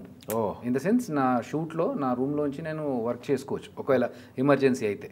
Of course leave పెట్టుకొని చేసుకునేవాడిని, కానీ ఏదైనా ఎమర్జెన్సీ రిక్వెస్ట్ వచ్చింది దానికి సాల్వ్ చేయాలి అంటే నాకు అప్పుడు కూడా టీవీ అయితే టైం ఉండేది. సినిమాల్లో అయితే కుదరదు అది. ఎందుకంటే మనం ల్యాప్టాప్ క్యారీ చేయాలి, అక్కడ సిగ్నల్ రావాలి, ఇవన్నీ ప్రాబ్లమ్స్ ఉంటాయి కదా. అందుకనే నేను కూడా ఎందుకు సినిమాల సైడ్ వెళ్ళి మనం అక్కడ ఫుల్ జస్టిఫికేషన్ ఇవ్వకుండా ఇటు వర్క్ సరిగ్గా చేయకుండా అని సినిమాల సైడ్ కాన్సన్ట్రేట్ చేయలేదు. దాని తర్వాత అప్పుడప్పుడు ఏదో ఫ్రెండ్స్ మూవీస్ కానీ లేకపోతే ఏదైనా చిన్న చిన్న 1 day 2 days వస్తే చేసుకున్నాం, కానీ ఇట్లా కంటిన్యూ ఎటెస్ట్రెచ్ వెళ్ళి చేయాలన్నవి చేయలేదు. సో అలా కొన్ని రోజులు సినిమాల నుంచి దూరంగానే ఉన్నాము. బట్ 2017 తర్వాత ఎప్పుడైతే బాహుబలి అయిపోయిందో then I thought now it's time job వదిలేసి కంప్లీట్గా ఇటే ఫోకస్ చేద్దామని చెప్పి అలా చేస్తూ జబర్దస్త్ చేస్తూ స్క్రిప్ట్స్ స్టార్ట్ చేసుకోవడం మెల్లిమెల్లిగా అలా చేస్తూ ఇప్పుడు సినిమాల సైడ్. మీ 9 years జబర్దస్త్ కదా, 9 yearsలో శిష్యులను బాగానే తయారు చేసినట్టున్నారు కదా. మీ దగ్గర నుంచి మీ టీం దగ్గర నుంచి మీ దగ్గర నుంచి వచ్చిన వాళ్ళు అంతా కూడా ఇప్పుడు బయట బాగానే ఉన్నట్టున్నారు కదా. అవునండి. మేజర్గా ఆది, అవును, దాని తర్వాత మళ్ళీ టేస్టీ తేజ అని చెప్పేసి కుర్రోడు, ఇంకా చాలా మంది ఉన్నట్టున్నారు కదా. అవునండి. ఎంతమంది ఉన్నారు ఇప్పుడు బయటకు వచ్చిన వాళ్ళు? అట్లా అంటే నవీన్, గడ్డం నవీన్, అవును నవీన్, తేజ, మోహన్ ఫస్ట్ నా దగ్గర నుంచి స్టార్ట్ చేశాడు, లేడీ గెటప్స్ మోహన్. అవును, పవన్ లేడీ గెటప్స్ చేస్తూ ఉంటాడు. మన మహేష్ కూడా మన దాంట్లో స్టార్టింగ్లో చేశాడు. అవును, మహేష్ చేశాడు. అవును. సో చాలా మంది చేశారు. ఇప్పుడు మొత్తం కూడా సినిమాల్లో ఉన్నట్టున్నారు. అందరికి మంచి కెరియర్లు.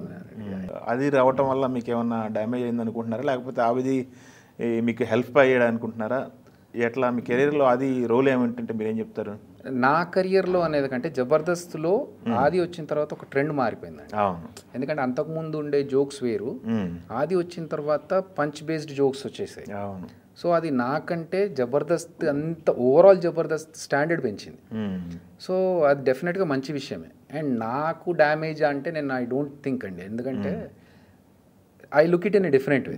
ఇప్పుడు ఫర్ ఎగ్జాంపుల్ అది నా టీంలోంచి కాకుండా వేరే టీం నుంచి వచ్చి ఈరోజు అదే స్టేజ్లో ఉంటే ఆది అభి దగ్గర నుంచి వచ్చాడనే పేరు రాదు, నాకు రాదుగా. సో నేను ఆ రకంగా చూస్తా, ఆది నా దగ్గర నా టీంలో ఉన్నాడు కాబట్టి ఈరోజు నాకు ఒక పేరు వచ్చింది, ఆదిని తయారు చేసిందనో లేకపోతే ఆది అభి దగ్గర నుంచి వచ్చాడో అని. So I look it in that way, అంతే తప్ప దానివల్ల డ్యామేజ్ అనేది ఉండదండి. ఎట్లా చెప్పాలి నాకు అర్థం కావట్లేదు. బట్ ఒక బ్రదర్ ఇంట్లోంచి ఒకే ఇంట్లోంచి ఒక తమ్ముడు అన్న ఉన్నారనుకోండి, తమ్ముడు even my own brother who is in US now, వాడిని నేను తీసుకెళ్ళి జాబ్ చేస్తున్నప్పుడు నాతో పాటు వాడిని ఉంచి వాడికి నేర్పించాను కొన్ని విషయాలు సాఫ్ట్వేర్లో. నేను చేస్తున్న సాఫ్ట్వేర్ ప్లాట్ఫామే వాడికి ఎక్స్ప్లెయిన్ చేసి ప్రాక్టీస్ చేసుకోరా, బాగా చేసుకో, నీకు మంచి ఆపర్చునిటీస్ ఉన్నాయని వాడికి నేర్పించాను. Now is in US. వాడికి యుఎస్లో ఉన్నాడని నాకు డ్యామేజ్ అని అనుకున్నాను, ఎందుకంటే వాడి గ్రోత్ గురించే నేను ఆలోచించాను, వాడికి లైఫ్ బాగుంటుందని చెప్పేసి. So same thing applies to ఆది. నా టీంలోంచి బయటకు వచ్చి మంచి పొజిషన్లోకి వస్తే అది నాకు మంచిదే కదా. అండ్ అలాగని చెప్పేసి మనం ఎవరి మీద ఎన్ని రోజులు డిపెండ్ అవుతామండి, ఇతను వల్లనే నేను పైకి రావాలంటే that's not my own talent, అది డిపెండెన్సీ అవుతుంది. సో నేను అంతకుముందు మా టీం వాళ్ళకు కూడా చెప్పింది ఏంటంటే, ఒక పర్సన్ నెక్స్ట్ లెవెల్కి వెళ్ళడానికే ట్రై చేస్తాడు, అతన్ని మనం సపోర్ట్ చేయాలి, అంతే తప్ప అతని వల్ల మనకు హెల్ప్ అవ్వాలనుకుంటే దట్స్ నాట్ అవర్ టాలెంట్. మన ఓన్గా మనం క్రియేట్ చేసుకోవాలి, అప్పుడే మన టాలెంట్. ఓకే, అందుకని I don't think it is a damage. జబర్దస్త్లో ఏంటి సార్, మీకు మీ స్క్రిప్ట్ మీరే ప్రిపేర్ చేసుకోవాలా, లేకపోతే స్క్రిప్ట్ డైరెక్టర్స్ ఉంటారా, స్క్రిప్ట్ ఇస్తారా వాళ్ళు, మీరు ఎలా అదేంటంటే అండి, ఎలా కోఆర్డినేట్ చేసుకున్నారు? ఒక ఎపిసోడ్కి మనం ఏంటని థీమ్ చెప్పాలి ఫస్ట్. ఓకే, ఈ లైన్ అనుకుంటున్నామండి, ఒక అన్న తమ్ముడు వాళ్ళిద్దరి మధ్యలో జరిగే ఫన్నీ ఇన్సిడెంట్స్, పక్కింట్లో ఉండే ఒక అమ్మాయి, వీళ్ళిద్దరి మధ్యలో కన్ఫ్యూజన్, ఇది అనేది లైన్ అనుకోండి. ఆ లైన్ని డైరెక్టర్స్కి చెప్తే ఈ లైన్ బాగుంది, ఇది వేరే టీమ్ లీడర్స్ ఎవరు చేయట్లేదు అని చెప్పిన తర్వాత దాన్ని మనం డెవలప్ చేసుకొని పంచెస్ యాడ్ చేసుకొని, ఈ పంచెస్ యాడ్ చేయడానికి మీరు అడిగిన క్వశ్చన్కి ఆన్సర్ ఏంటంటే, మనకు ఒక రైటర్ని పెట్టుకోవచ్చు, ఓన్గా డెవలప్ చేసుకోవాలన్నా చేసుకోవచ్చు. అవుట్పుట్ ఏంటంటే ఫైనల్గా that has to be approve from the directors. Okay, ఎవరు రాసినా ఎవరు డెవలప్ చేసినా ఫైనల్గా డైరెక్టర్కి రేపు షూట్ అన్నప్పుడు చెప్పి ఇది ఓవరాల్గా ఇది అంటే ఇది బాగుంది, యూ కెన్ గో హెడ్ అంటే ఓకే, లేదు అంటే లాస్ట్ మినిట్లో ఎన్నోసార్లు ఇది వద్దు, స్టార్టింగ్లో చెప్పిన లైన్ బాగుంది కానీ డెవలప్ అయిన తర్వాత బాగాలేదు అన్నప్పుడు రాత్రి 8 గంటలకు ఇది వద్దు అంటే క్యాన్సిల్ చేసి మళ్ళీ కొత్తగా లైన్ ఆలోచించి కొత్తగా డెవలప్ చేసుకొని రేపు మార్నింగ్ షూట్ చేసిన సందర్భాలు చాలా ఉన్నాయి. ఇంకా కొన్ని సందర్భాలు ఏంటంటే, ఈరోజు షూటింగ్ జరుగుతూ ఉంది, మార్నింగ్ స్టార్ట్ అవ్వాల్సింది, ఒక్కసారి వచ్చి చూసి ఏదైనా కన్ఫ్యూజన్ ఉంటే వద్దన్నా ఇది మార్చేద్దామంటే మళ్ళీ అదే ఎపిసోడ్లో లాస్ట్కి పర్ఫామ్ చేసేలాగా ఈ టైంలో ప్రిపేర్ అయ్యి చేసిన సందర్భాలు కూడా ఉన్నాయి. అట్లా చాలాసార్లు ఇది అంటే ఇట్స్ ఎ బ్రెయిన్ గేమ్ కదా, మనకి అది ఆలోచించి కొత్తగా చెయ్యాలి. ఇప్పుడు ఇది వద్దన్నారు, సైకలాజికల్గా అది ఎఫెక్ట్. అవును, ఇది వద్దన్నారు, అది బాగాలేదు అంటే ఇప్పుడు దీనికంటే బాగా చేస్తేనే దీన్ని అప్రూవ్ చేస్తారు అని ఆ టైంలో ఆ ప్రెషర్లో దాన్ని మళ్ళీ డెవలప్ చేసుకొని వెళ్ళి పర్ఫామ్ చేయాలి. Okay, so it's not a joke. చూసే వాళ్ళకి చాలా సరదాగా వీళ్ళు బాగా చేస్తున్నారు బాగా చేయలేదని కూర్చొని కామెంట్ చేయడం ఈజీ, కానీ అది చేస్తున్నప్పుడు ఆ ప్రెషర్ వేరు.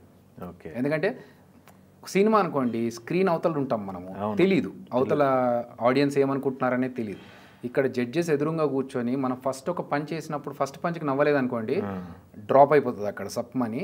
ఇంకా అక్కడి నుంచి నెక్స్ట్ పంచ్కి నవ్వుతారా లేదా అనేది back of the mind run అవుతూ మనం పర్ఫామ్ చేయాలి. ఇందులో మధ్యలో ఎవడన్నా మర్చిపోయినాడంటే వాడి డైలాగ్ అందివ్వాలి, మనం చెప్పాలి, కవర్ చేయాలి, ఇవన్నీ జరుగుతూ ఉంటాయి. స్కిట్లో కట్ ఉండదు, స్టార్ట్ అయిందంటే ఎండ్ వరకు కంటిన్యూ, నవ్వినా నవ్వకపోయినా మనం చేయించాలి అంతే. సో ఇట్స్ ఓకే, మొత్తం కూడా live shoot, complete shoot 10 minutes or 15 minutes what ever. ఆ షూట్ మధ్యలో కట్ ఉండదు, ఎప్పుడు మైక్ ఊడిపోతే తప్ప, విగ్ ఊడిపోతే తప్ప. సపరేట్గా జడ్జిలు క్లోజ్ మిక్సింగ్ అని జబర్దస్త్లో అయితే అట్లా లేవు కదా. ఓకే ఓకే, అందుకే లైవ్లీగా ఉంటుంది ప్రోగ్రామ్. ఎగ్జాక్ట్లీ, ఇప్పుడు జడ్జెస్ కామెంట్ చేయడం కానీ మధ్య మధ్యలో వాళ్ళు ఇచ్చే డైలాగ్స్ కూడా క్లియర్గా అర్థమైపోతా ఉంటాయి. ఓకే, పక్కన సపరేట్ అట్లాంటివి కాదు. అయితే ఇంకొకటి అండి, ఇప్పుడు మన జడ్జెస్గా అప్పుడు స్టార్ట్ అయినప్పుడు నాగబాబు గారు ఉన్నారు, రోజయ్య గారు ఉన్నారు. నాగబాబు రోజా గారు కూడా దాదాపు మీ కెరీర్ అంతా ఉన్నట్టుంది జడ్జెస్గా. వాళ్ళు వెళ్ళిపోయినప్పుడు ఏమైనా ఎఫెక్ట్ పడింది అనుకుంటున్నారా? మీరు ఉన్నారా ఆ టైంలో? నాగబాబు గారు వెళ్ళిపోయిన తర్వాత నేను కంటిన్యూ చేశాను 1-2 years. తర్వాత రోజా గారు వెళ్ళే కంటే ముందు నేను బయటకు వచ్చేసాను. తర్వాత రోజా గారు మినిస్టర్ అయిన తర్వాత ఆవిడ వదిలేశారు. డెఫినెట్గా ఎఫెక్ట్ పడిందండి. ఓకే. ఎందుకంటే వాళ్ళు ఉన్నప్పుడు ఉన్న పాపులారిటీ కావచ్చు, ఆ క్రేజ్ కావచ్చు, ఆ ఎంజాయ్మెంట్ కావచ్చు, ఆడియన్స్ బాగా కనెక్ట్ అయిపోయి స్టార్టింగ్ నుంచి. ఎప్పుడైతే నాగబాబు గారు రోజా గారు ఇంకా కంటిన్యూ చేయట్లేదు జడ్జెస్గా అన్నారు, ఆడియన్స్కి కూడా ఆటోమేటిక్గా కొంచెం డిస్కనెక్ట్ అయ్యారు. ఓకే. వాళ్ళు ఉన్నప్పుడు ఉన్న అటాచ్మెంట్ తగ్గింది. అప్పటి అటాచ్మెంట్ టెంపో తగ్గింది అంటారు. రోజా గారు వెళ్ళిపోయినప్పుడు అంటే ఓకే, అప్పటికి మీరు బయటకు వచ్చారు. బట్ నాగబాబు గారు వెళ్ళిపోయినప్పుడు మీరు అక్కడ ఉన్నారు కదా? ఉన్నాను. బయట అయితే చాలా డిస్కషన్ జరిగింది, నాగబాబు గారు ఎందుకు వెళ్ళిపోయారు, ఏంటి పరిస్థితి అని చెప్పేసి. తర్వాత కామెడీ జీలో స్టార్ట్ చేశారు. మళ్ళీ ఇష్యూస్ అది చాలా రోజులు నలిగింది బయట. అప్పుడేమన్నా డిస్కషన్ జరిగాయి లోపల? మల్లెమాలకు సంబంధించి జబర్దస్త్లో వీళ్ళు నాగబాబు గారు వెళ్ళిపోవడానికి సంబంధించి రీజన్స్ లేకపోతే? లేదు, వాళ్ళకి బాబు గారికి మేనేజ్మెంట్కి మధ్యలో చిన్న డిస్కషన్స్ జరిగి ఆయన బయటకు వెళ్ళిపోయారు. ఓకే. బట్ దానికి రిలేటెడ్ మాతో ఏం జరగలేదండి. మాతో ఏం జరగలేదు. బట్ మాకేంటంటే స్ట్రిక్ట్గా కొన్ని కండిషన్స్ పెట్టారు. మీరు ఇక్కడ చేస్తే ఇంకొక దగ్గర చేయకూడదు, ఇక్కడే వర్క్ చేయాలి అనుకుంటే ఇక్కడే కంటిన్యూ చేయండి అనేవి కొన్ని కండిషన్స్ పెట్టి అవి చేశారు. ప్లస్ కాంపిటీషన్ బయట నుంచి వేరే కాంపిటీషన్ వస్తుంది కాబట్టి you have to be more cautious అని చెప్పేసి చెప్పారు. ఓకే. సో అంతే తప్ప. నాగబాబు గారు ఉన్నప్పుడు ఇన్వాల్వ్ అయ్యారా వీళ్ళు? నాగబాబు గారు రోజా గారు స్కిట్కి ముందు ఇన్వాల్వ్ అయ్యేవాళ్ళు? లేదండి, స్కిట్ ముందు అనేది ఉండదు. ఎందుకంటే జబర్దస్త్ కానీ ఎనీ రియాలిటీ షోస్లో జడ్జెస్ రియాక్షన్ ఏదైతే వస్తుందో, ఫస్ట్ రియాక్షన్ ఏదైతే వస్తుందో that has to be genuine. అది చూసినప్పుడు ఆయన నిజంగా ఎంత గట్టిగా నవ్వి మనస్ఫూర్తి నవ్వుతున్నారో అది ఫస్ట్ వచ్చే రియాక్షనే క్యాప్చర్ అవుతే బాగుంటుంది. సో ముందే మనం చెప్పేసామనుకోండి ఆ ఫ్లేవర్ ఉండదు. కాబట్టి జడ్జెస్కి ఏం చెప్పేవారు కాదు. ఏదన్నా కొన్నిసార్లు గెటప్స్ కూడా మేము కప్పేసుకొని వెళ్ళి కనిపించకుండా ఒక్కసారి రివీల్ చేస్తే వాళ్ళు ఇచ్చిన రియాక్షన్స్ కానీ అవి తీసుకునేవారు. కాకపోతే ఏంటంటే ఒక ఎపిసోడ్ అయిపోయిన తర్వాత ఏదన్నా బాగాలేకపోతే పిలిచి ఇది బాగాలేదు చూడండి, ఇక్కడ మీ ఈ ఆర్టిస్ట్ సరిగ్గా చేయట్లేదు, ఇతన్ని మీరు ప్రిపేర్ చేసుకోండి, బాగా చేయించుకోండి, లేకపోతే వీడు బాగా చేస్తున్నాడు వీడిని ఎంకరేజ్ చేయండి అనేవి డిస్కషన్స్ తర్వాత అయిపోయిన తర్వాత ముందు జరిగేవి కాదు. కానీ అవన్నీ టీవీలో వేయలేరు కాబట్టి అక్కడ ఓన్లీ స్కిట్ గురించి మాట్లాడి మిగతా విషయాలు ఏదన్నా ఉంటే ఇతను ఇలా చేస్తున్నాడు, ఇతను బాగా చేస్తున్నాడు, ఇతను ఇంకొంచెం ఏమైనా స్కోప్ పెంచండి, వీడు అసలు టైమింగ్లో రావట్లేదు, ప్రిపేర్ చేయించండి, ప్రాక్టీస్ చేయించండి, అట్లాంటివి. ఎందుకంటే స్కిట్లలోనే మీరు పంచులేస్తుంటారు కదా జడ్జిల మీద, కమ్ టు మై రూమ్ అయిపోయిన తర్వాత రూమ్కి వెళ్ళి తీసుకెళ్ళి కూడా అది అయిపోయిన తర్వాత డెఫినెట్గా బాగాలేకపోతే క్లాసులు అప్పటి వరకు పర్లేదు ఓకే బాగానే ఉంది అనేసి జడ్జిమెంట్లో తర్వాత రూమ్కి వచ్చారా మాట్లాడదామని చెప్పేసి పిలిచేవారు. అక్కడికి పిలిచి ఏంట్రా ఏం చేయాలి స్కిట్స్ అని చెప్పి ఎవరైతే బాగా చేయకపోతే అందరు టీమ్ లీడర్లను కూర్చోబెట్టి కష్టపడాలి, బాగా చేయాలి, మీకు మంచి ఆపర్చునిటీ కదా అని చెప్పి మోటివేట్ చేసేవాళ్ళు. ఓకే. సో మాకు ఒక భయం ఉండేది, అమ్మో చేయకపోతే తర్వాత దెబ్బలు పడతాయి అన్నట్టుగా. ఓకే. సో ఆ భయం ఉండేది. ఆర్టిస్ట్గా ఉన్నారు, ఒక జబర్దస్త్ స్టేజ్ పైన ఒక కామెడీ అనే ముద్ర ఒకటి వచ్చింది. దాని తర్వాత సినిమాల్లోకి వస్తున్నప్పుడు వేరియేషన్ చూపించాలని చెప్పేసి మీరు ఏమైనా ట్రై చేస్తున్నారా? అవునండి, మీరు చూస్తున్నది అదే. ఎందుకంటే దేనికోసం అదిరాబి అనేవాడు జబర్దస్త్లో ఒక కామెడియన్ టీమ్ లీడర్, ఇది మాత్రం అందరికి మైండ్లో ఉంది. కానీ ఒక వేరియేషన్ చూపెట్టాలి అంటే స్టార్టింగ్ ఫ్రమ్ హెయిర్ స్టైల్ నుంచి గడ్డం ఒక కంప్లీట్గా లుక్ మార్చాలి. ఎందుకంటే ఇప్పుడు నేను చేస్తున్న సినిమా పేరు భగవంతుడు. దాంట్లో 1990s 1985 ఆ టైంలో ఉండే ఒక హీరో ఫ్రెండ్ అన్నట్టు నేను. ఓకే. అప్పుడు ఆ క్యారెక్టర్కి నేను అదిరాబిలాగా కనిపిస్తే అది మ్యాచ్ అవ్వదు. అవును. సో అందుకనే దాంతోపాటు భరతపురం అని చెప్పి ఇంకొక సినిమా చేస్తున్నారు, ఢిల్లీ ప్రొఫెసర్స్ చేస్తున్నారు సినిమా, దాంట్లో నాది ఒక నక్సలైట్ క్యారెక్టర్. ఓకే. సో ఈ అన్ని క్యారెక్టర్స్కి అదిరాబి అనే వాడిని కామెడీ చేసేవాడు కాకుండా ఇంకొక ఆర్టిస్ట్ లాగా కనిపించాలి నేను. నా అదృష్టం ఏంటంటే ఈ 4 సినిమాలు ఇప్పుడు ఏదైతే నేను 4 సినిమాలు చేస్తున్నానో దాంట్లో అన్ని డిఫరెంట్ వేరియేషన్, డిఫరెంట్ మ్యానరిజమ్స్తో ఒక డిఫరెంట్ క్యారెక్టరైజేషన్. ఓకే. కాబట్టి నాకు యాజ్ అన్ యాక్టర్ ప్రూవ్ చేసుకోవడానికి ఒక మంచి స్కోపు, దానికోసం నేను ట్రాన్స్ఫార్మ్ చేసుకోవడానికే ఇప్పుడు ఈ గడ్డం పెంచడం కావచ్చు, హెయిర్ స్టైల్ పెంచడం కావచ్చు, ఇంకా బాడీ లాంగ్వేజ్ సినిమా దాంట్లో మార్చుకొని సో అవి చేస్తున్నానండి. ఓకే. చాలా మటుకు కొత్త క్యారెక్టర్స్, కొత్త కొత్త రోల్స్ చేస్తున్నాను. ఇంకో మూవీ స్టార్ట్ అవుతుంది మేలో. ఓకే. సో దాంట్లో కూడా ఒక హస్బెండ్ క్యారెక్టర్. సో ఆ క్యారెక్టర్కి కోసం కూడా కొంచెం లుక్ చేంజ్ చేయాలంటే దాన్ని చేద్దాం, మనం డేట్స్ని బట్టి చేసుకుందాం. ఎందుకంటే ఒక ఆర్టిస్ట్గా హ్యాపీనెస్ వచ్చేది వేరియస్ రోల్స్ చేస్తున్నప్పుడే. సో ఇప్పుడు my focus is on all the new roles and new characters. ఎందుకంటే జబర్దస్త్ కామెడీ షోస్ అని ఇప్పటివరకు చేసాం కదా, ఇంకా వేరే చేస్తే ఎలా ఉంటుంది ఈ ఉన్న ఒక్క జీవితంలో, ఇంకా కొన్ని డిఫరెంట్ ఎక్స్పెరిమెంట్స్ లాగా. ఎగ్జాక్ట్లీ. సో అందుకనే లుక్ చేంజ్. జబర్దస్త్ షో చుట్టూ చాలా తిరుగుతుండేవి. జబర్దస్తులకి ఎంటర్ అయ్యి వాళ్ళు కార్లు కొన్నారు, ఇల్లు కొనుక్కున్నారు, విల్లాలు కొనుక్కున్నారు అని చెప్పేసి. మీ పరిస్థితి ఏంటి? మీరు ఏమైనా కొనుక్కున్నారు విల్లాలు, ఇల్లులు, ప్లేస్లు? ఇల్లులు అంటే నేను జాబ్ చేస్తున్నప్పుడు నేను చెప్పాను కదండి, నేను సాఫ్ట్వేర్ జాబ్లో మంచి ప్యాకేజ్లో ఉన్నాను. యూఎస్కి వెళ్ళి వచ్చాను జాబ్ పని మీదనే. సో అప్పటికే నేను జబర్దస్త్లో జాయిన్ కాకముందే నేను సొంత ఇల్లు కొనేసుకున్నాను. జబర్దస్త్లో జాయిన్ కాకముందే నాకు ఓన్ కార్ ఉంది. సో జబర్దస్త్లోకి వచ్చిన తర్వాత కొనుక్కున్నారంటే ఒకటి సార్, జబర్దస్త్ ద్వారా కొనుక్కున్నారు అనేది ఒక ఫేమ్ వచ్చింది, కానీ డబ్బులు కోట్లు వచ్చేస్తున్నాయి అనుకోవడం తప్పు జనాలకి. ఎందుకంటే మేము జబర్దస్త్ షూటింగ్ చేసి బయట ఎన్నో షోస్ చేస్తే, అంటే జబర్దస్త్ పాపులారిటీ వల్లనే షోస్ వస్తున్నాయి బయట ఆఫ్ కోర్స్, కానీ ఇక్కడ నుంచి వేరే ప్లేస్కి ట్రావెల్ చేసి అక్కడ ఈవెంట్ చేసి అక్కడ సక్సెస్ అయిన తర్వాత వచ్చే డబ్బులు, అలా గ్యాదర్ చేసుకున్న డబ్బులతోనే కొనుక్కున్నారు తప్ప ఒక్క షోతో వచ్చిన డబ్బులు అయితే కాదు. ఎందుకంటే ఈ షో ఈజ్ ఏ ఫౌండేషన్. ఈ షో ఫౌండేషన్ ద్వారా ఆ పేరుతో మేము బయట షోస్ చేసి అక్కడ సంపాదించుకున్న డబ్బులతో ఇల్లులు కట్టుకున్నారు, కార్లు కొనుక్కున్నారు. కానీ వీళ్ళకేంట్రా కోట్లు ఇస్తారు అనుకునే తప్పు. ఎందుకంటే అలా అనుకుంటే ఇప్పటికీ టీమ్ లీడర్ల కొంతమంది పరిస్థితి, అంటే కంటెస్టెంట్స్ అయినా సరే టీమ్ లీడర్లు అయినా సరే ఆరోగ్య పరిస్థితులు చాలా దారుణంగా ఉన్నాయి. కొంతమంది పేర్లు ఎందుకులేండి, కానీ ఆరోగ్యం బాగలేని, చాలా హెల్త్ కంప్లైంట్స్ ఉండి, డిప్రెషన్స్లో ఉండి, ఇలాంటి కంటెస్టెంట్స్ కూడా మన దాంట్లో ఉన్నారు. ఆల్రెడీ అందరికీ తెలిసిన విషయం. రైట్. సో అట్లా ఉన్నప్పుడు, అంత డబ్బులు అంత లగ్జరీస్ ఉన్నప్పుడు ఈ ప్రాబ్లమ్స్ రావద్దు కదా. కానీ ఎవరి కష్టాలు వాళ్ళవి ఉంటాయండి. అంటే ఒక 9 years జబర్దస్త్ చేస్తున్నప్పుడు, 10 years చేస్తున్నప్పుడు, ఇంత కష్టపడుతున్నప్పుడు మామూలుగా వేరే జాబ్ చేస్తున్న వాళ్ళు కూడా కొనుక్కుంటారు. కాకపోతే ఫోకస్ ఏంటంటే ఇది క్లియర్గా ఎదురుగా కనిపిస్తుంది కాబట్టి మేము ఫోకస్లోకి వచ్చేసాము. బట్ ఒక 9-10 సంవత్సరాల నుంచి ఎవరైనా జాబ్ చేస్తున్నారు అంటే వాళ్ళు కూడా కొనుక్కుంటారండి, ఇల్లు, కారు కొనుక్కుంటారు. సాఫ్ట్వేర్ జాబ్ చేస్తున్న జస్ట్ మన క్యాంపస్ రిక్రూట్మెంట్స్ తీసుకుని వచ్చిన వాళ్ళే ఇల్లులు కొనుక్కుంటున్నారు ఇప్పుడు. సో అలాంటప్పుడు కష్టపడి షో చేసుకుంటున్న వాళ్ళు కొనుక్కుంటే తప్పు లేదని నా ఫీలింగ్. తప్పేం కాదు, బట్ మీ పొజిషన్ ఏంటి? మీరు సెటిల్ అయ్యారండి? నేను నన్ను హ్యాపీలీ సెటిల్డ్ అండి. ఎందుకంటే నేను ఇంకొకరికి చెప్పే ముందు నేను కరెక్ట్గా ఉండాలి కదా. నేను ఇంకొకరికి చదువుకోండి, ఇంకొక ఫైనాన్షియల్ బ్యాకప్ ప్లాన్ ఉండాలని నేను ఇంకొకరికి చెప్తున్నా అంటే అది నేను చేసుంటేనే నేను చెప్పాలి, లేదంటే చెప్పి నేను మూర్ఖుడిని కావద్దు. కాబట్టి నేను ఫైనాన్షియల్గా కానీ నేను నాకనే కాదు మా టీంలో జబర్దస్త్ వాళ్ళందరికీ చెప్తాను, అందరినీ మన ఫ్యామిలీ అన్నట్టుగానే చెప్తాను, అరే మీరు ఇన్వెస్ట్మెంట్స్ చేసుకోండి, don't spend your money on luxury things, కార్లు ఇవన్నీ, తర్వాత డిప్రిసియేషన్ వాల్యూస్ అవన్నీ, దాని గురించి ఆలోచించకండి. Invest the amount where you can get the returns afterwards అని నేను మా వాళ్ళందరికీ కూడా చెప్తా ఉంటాను. ఎందుకంటే హెల్త్ కార్డ్స్ తీసుకోవాలన్నా ఇవన్నీ డిస్కషన్స్లో మీకు తెలీదు, తర్వాత యూజ్ అవుతాయి, ఇలాంటివి చేసుకోండి అని చెప్తాను. సో అంతకంటే ముందు నేను చేస్తుంటేనే అవన్నీ చెప్పాలి.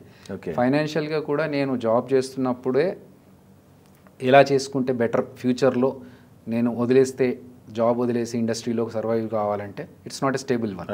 సో అప్పుడు నా ఫైనాన్షియల్ స్టేటస్ వల్ల నేను ఇంకొకసారి ఇబ్బంది పడకుండా ఏం చేయాలనేది ప్లానింగ్ చేసుకొని సెటిల్డ్. జబర్దస్త్లో చేసిన వాళ్ళందరూ ఇప్పుడు బయట ఉన్నారు, చాలా మంది, ఎక్కువ మంది బయటే ఉన్నారు. అందరూ టచ్లో ఉన్నారా? కలుస్తుంటారా ఏమన్నా? కలుస్తుంటామండి. అంటే నాట్ రెగ్యులర్లీ, బట్ ఏదైనా ఎవరిదైనా ఫంక్షన్ ఉంటే, ఏదన్నా అకేషన్ ఉంటే కానీ అప్పుడు అందరం కలుసుకుంటాం. సుధీర్ ఏమో హీరోగా చేస్తున్నాడు, ఇప్పుడు ఏదో షోలు చేస్తున్నాడు, మళ్ళీ తర్వాత మళ్ళీ గెటప్ సీన్ బయటకు వచ్చినట్టున్నాడు. గెటప్ సీన్ కూడా సినిమా చేస్తున్నాడు, రాజు యాదవ్ అని హీరో. రాజు యాదవ్ వస్తుంది కదా. ఎస్. రామ్ ప్రసాద్ ఒకడు ఉన్నట్టున్నాడు వాళ్ళ టీంలో. వాళ్ళు రామ్ ప్రసాద్ టీవీలో షోస్ చేస్తున్నాడు, but he also has a nice talent అండి. అంటే is planning to right a movie. So ఆయన ఉంది అందరికీ. ఇప్పుడు మనకి మీరు చూస్తే జబర్దస్త్లో వీళ్ళకి ఊరికేనే వచ్చింది అని అనుకోకుండా చూసే వాళ్ళకి తెలియదు చాలామందికి, but everyone as a multi talent అండి. ఇప్పుడు జబర్దస్త్లో చంద్ర కూడా ఒకటి చేస్తున్నట్టున్నాడు, ఈటీవీ కోసం ఇది చేస్తా. యాక్చువల్గా చంద్రాని మీరందరూ ఒక టీమ్ లీడర్గానే తెలుసు, but he was a dance master also. So ఆయన స్కూల్స్లో డాన్స్ కూడా నేర్పించిన రోజులు ఉన్నాయి.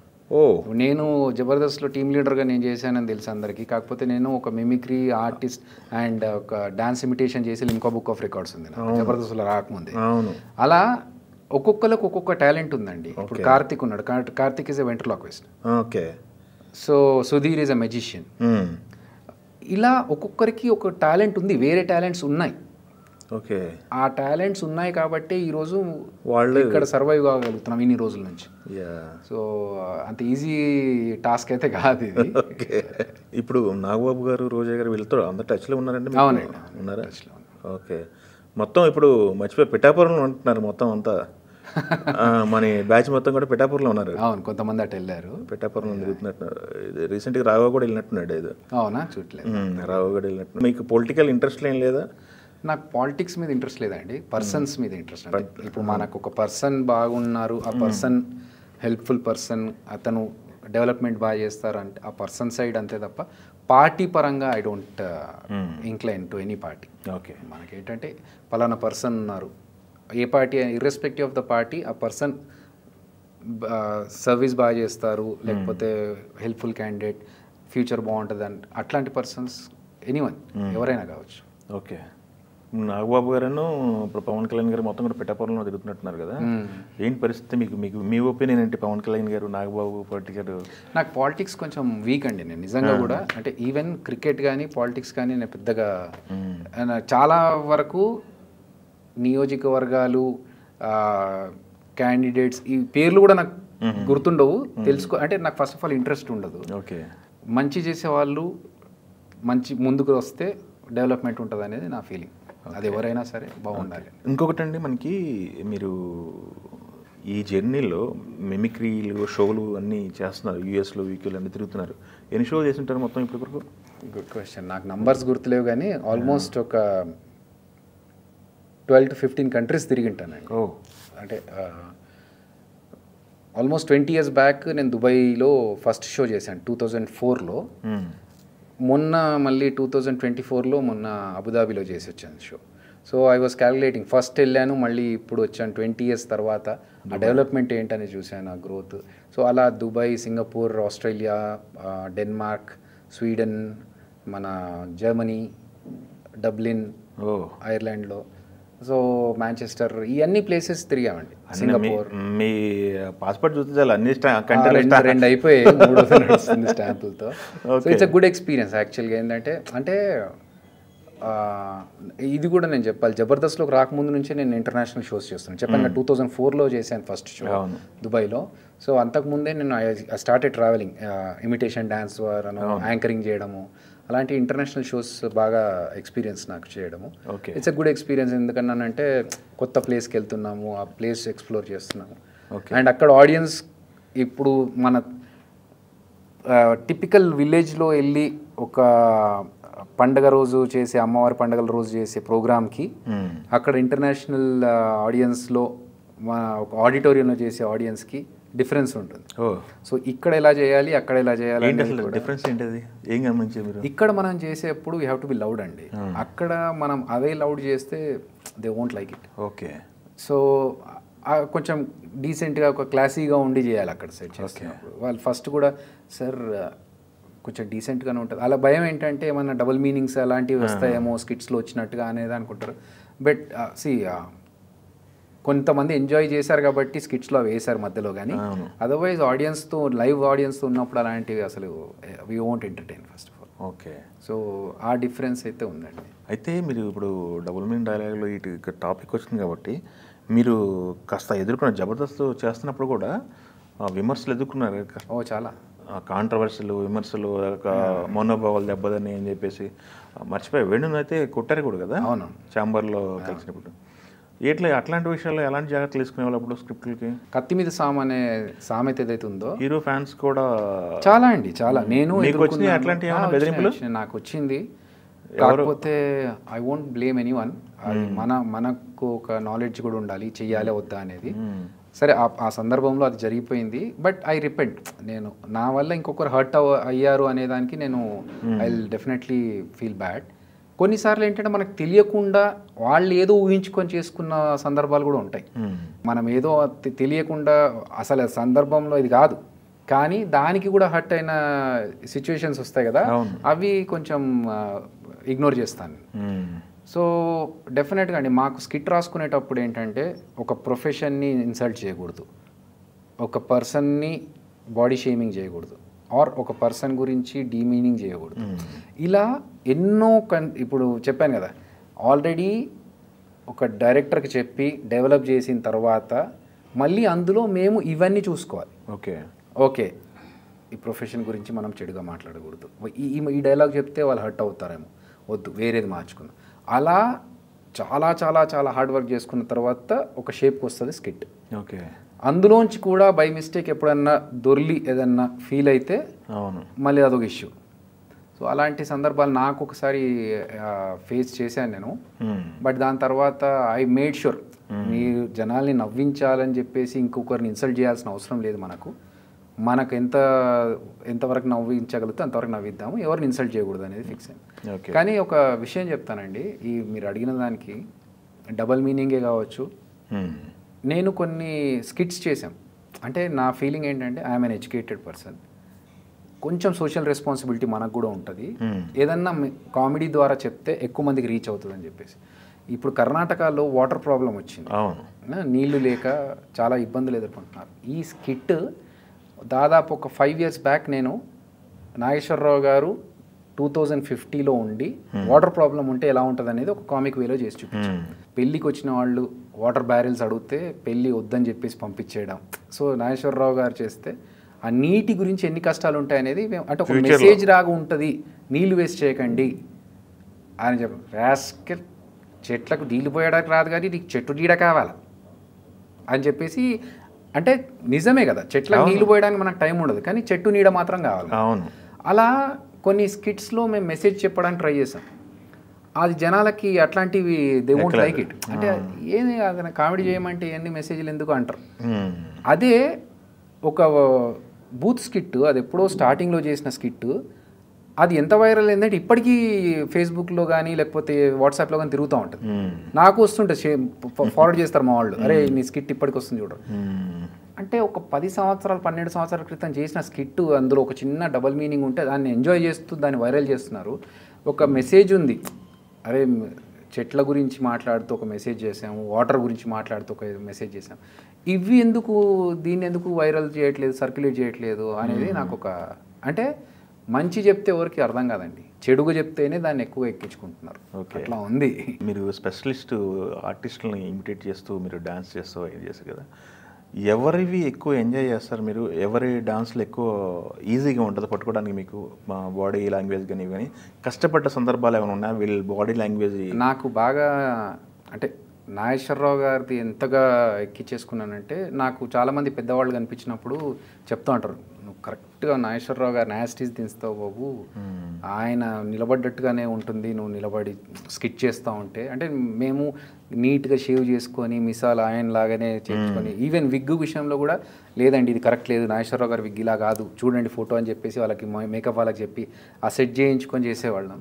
సో నాగేశ్వరరావు గారి డ్యాన్స్ కానీ ఆయన్ని బాడీ లాంగ్వేజ్ కానీ నాకు బాగా ఈజీగా బాగా ఇష్టంగా ఆకలింపు చేసుకున్నాను. ఆయన ముందు ఎప్పుడైనా చేశారా? చేశానండి. నాకు I got that privilege to dance in front of him.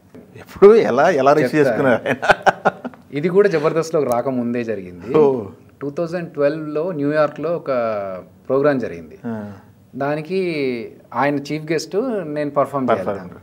ఇంకా స్టేజ్ మధ్యలో ఆగి, సార్ నేను డాన్స్ ఇమిటేషన్ చేయబోతున్నాను, మీకు కోపం వచ్చి నచ్చకపోతే జస్ట్ ఒకసారి ఇలా మీరు కూర్చున్న దగ్గర ఇలా చేయి ఎత్తండి, నేను ఆపేస్తాను, మిమ్మల్ని ఇబ్బంది పెట్టి ఉంటే నన్ను క్షమించండి, బట్ నేను చేస్తాను, మీకు నచ్చకపోతే ఆపేయండి అని చెప్పి ఐ స్టార్టెడ్. ముందే చెప్పేశాను, ఎందుకంటే ఆయనను హర్ట్ చేయడం, కూర్చోబెట్టి హర్ట్ చేయడం మంచిది కాదు. అండ్ నేను వేరే వాళ్ళలా కాదండి, ఈ కొన్ని అవసరం లేనివి యాడ్ చేసి దాన్ని ఏదో నవ్వించడానికి అవసరం లేని యాడ్ చేసి చేయను. నేను యాజ్ ఇట్ ఈస్ ఆ బాడీ లాంగ్వేజ్ అయితేనే చేస్తాను, లేదంటే వదిలేస్తాను. ఇప్పుడు ఇప్పుడు కొంతమంది కృష్ణ గారిది ఎక్సర్సైజ్ ఉంటుంది, అవును. అది చేయరు ఆయన కృష్ణ గారు ఎప్పుడు. అదేంటంటే ఫన్ జనరేట్ చేయడం కోసం అది చేస్తారు. కానీ కృష్ణ గారి బాడీ లాంగ్వేజ్లో ఆయన ఈ డాన్స్ స్టెప్పులు ఎప్పుడు చేయరు. అవును. ఆయన చేసేవి వేరే ఉంటుంది. అన్నా చాలా అది, అవును, అది కృష్ణ గారి అంతే, సిగ్నేచర్ అంతే అంతే అంటారు ఆయన బాయ్ చెప్పడం. సో అది చాలు. అరే కృష్ణ గారిలా చేస్తున్నారు, వెంకటేష్ గారు చేస్తున్నారు అనుకోండి అంటారు ఆయన, అది చాలు. వెంకటేష్ గారు లాగా చేస్తున్నాం, దానికోసం మనము ఇలా గోకేసి ఆయన్ని కించపరచాల్సిన అవసరం లేదు. అవును. సో యాస్టీస్ చేస్తే పర్ఫెక్షన్ ఉన్నట్టు. సో అలా నాగేశ్వరరావు గారి ముందు చెప్పి మీకు నచ్చకపోతే చెప్పండి సార్ అని ఆపేసి కంటిన్యూ చేశాను. అయిపోయిన తర్వాత బాగా చేసావు బాబు అన్నారు. చాలా హ్యాపీగా ఫీల్ అయ్యాను. ఆయన చేతుల మీదుగా ఒక మొమెంట్ ఇచ్చారు నాకు. ఓకే. సో బాగా మీకు సెట్ అయింది ఆ బాడీ లాంగ్వేజ్. అవును. కానీ ఇబ్బంది పడ్డ సందర్భాలు ఉన్నాయా? అంటే ఐ మీన్ ఈ సెట్ అవ్వట్లేదు నాకు, ఎక్కువ టైం పెట్టింది నేర్చుకోవడానికి. ఎక్కువ టైం పట్టిందంటే కృష్ణంరాజు గారిదండి. మామూలుగా కృష్ణంరాజు గారి డాన్స్ ఇమిటేషన్ ఎవరు చేయరు, మిగతా వాళ్ళంతా వేరే వేరే యాక్టర్స్ అందరికీ చేస్తూ ఉంటారు. కానీ నాకేంటంటే ఎన్టీఆర్ గారు, ఏఎన్ఆర్ గారు, కృష్ణ గారు, ఈ ముగ్గురిని చేస్తున్నాం కదా, వాళ్ళతో పాటు కృష్ణరాజు గారు కూడా అదే బ్యాచ్ కదా, ఇప్పుడు 4 సూపర్ స్టార్స్ అప్పట్లో. సో కృష్ణరాజు గారిని కూడా చేస్తే ఫుల్ అయిపోతుంది, కంప్లీట్ అయిపోతుంది. కృష్ణరాజు గారిది చేద్దామని చెప్పేసి ఎలా చేయాలని చెప్పేసి చాలా ప్రాక్టీస్ చేసినప్పుడు చాలా టైం పట్టింది. ఆ పట్టుకొని ఆ ముక్కు ఏల్ది అనాలంటే ఎంత టైం పట్టింది. ఆయన అన్ని సీన్స్ చూస్తే కానీ అది రాలేదు. ఓకే. దానికి తోడు మళ్ళీ డ్యాన్స్ చేయాలి. ఆయన ఎక్కువగా డ్యాన్స్ చేయరు, ఆయన నిలబడే ఉంటారు ఎక్కువగా.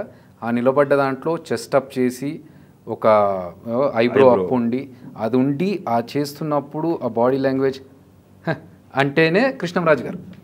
సో అది పట్టుకోవడానికి నాకు చాలా టైం పట్టింది. గ్రేట్. కృష్ణరాజు గారిది. మిగతా యాక్టర్స్ అంతా ఈజీగానే వచ్చింది. రాజశేఖర్ గారిది కూడా చాలామంది చేస్తూ ఉంటారు, కానీ ఆయన బాడీ లాంగ్వేజ్ ఒకటి ఉంటుంది వేరేలాగా,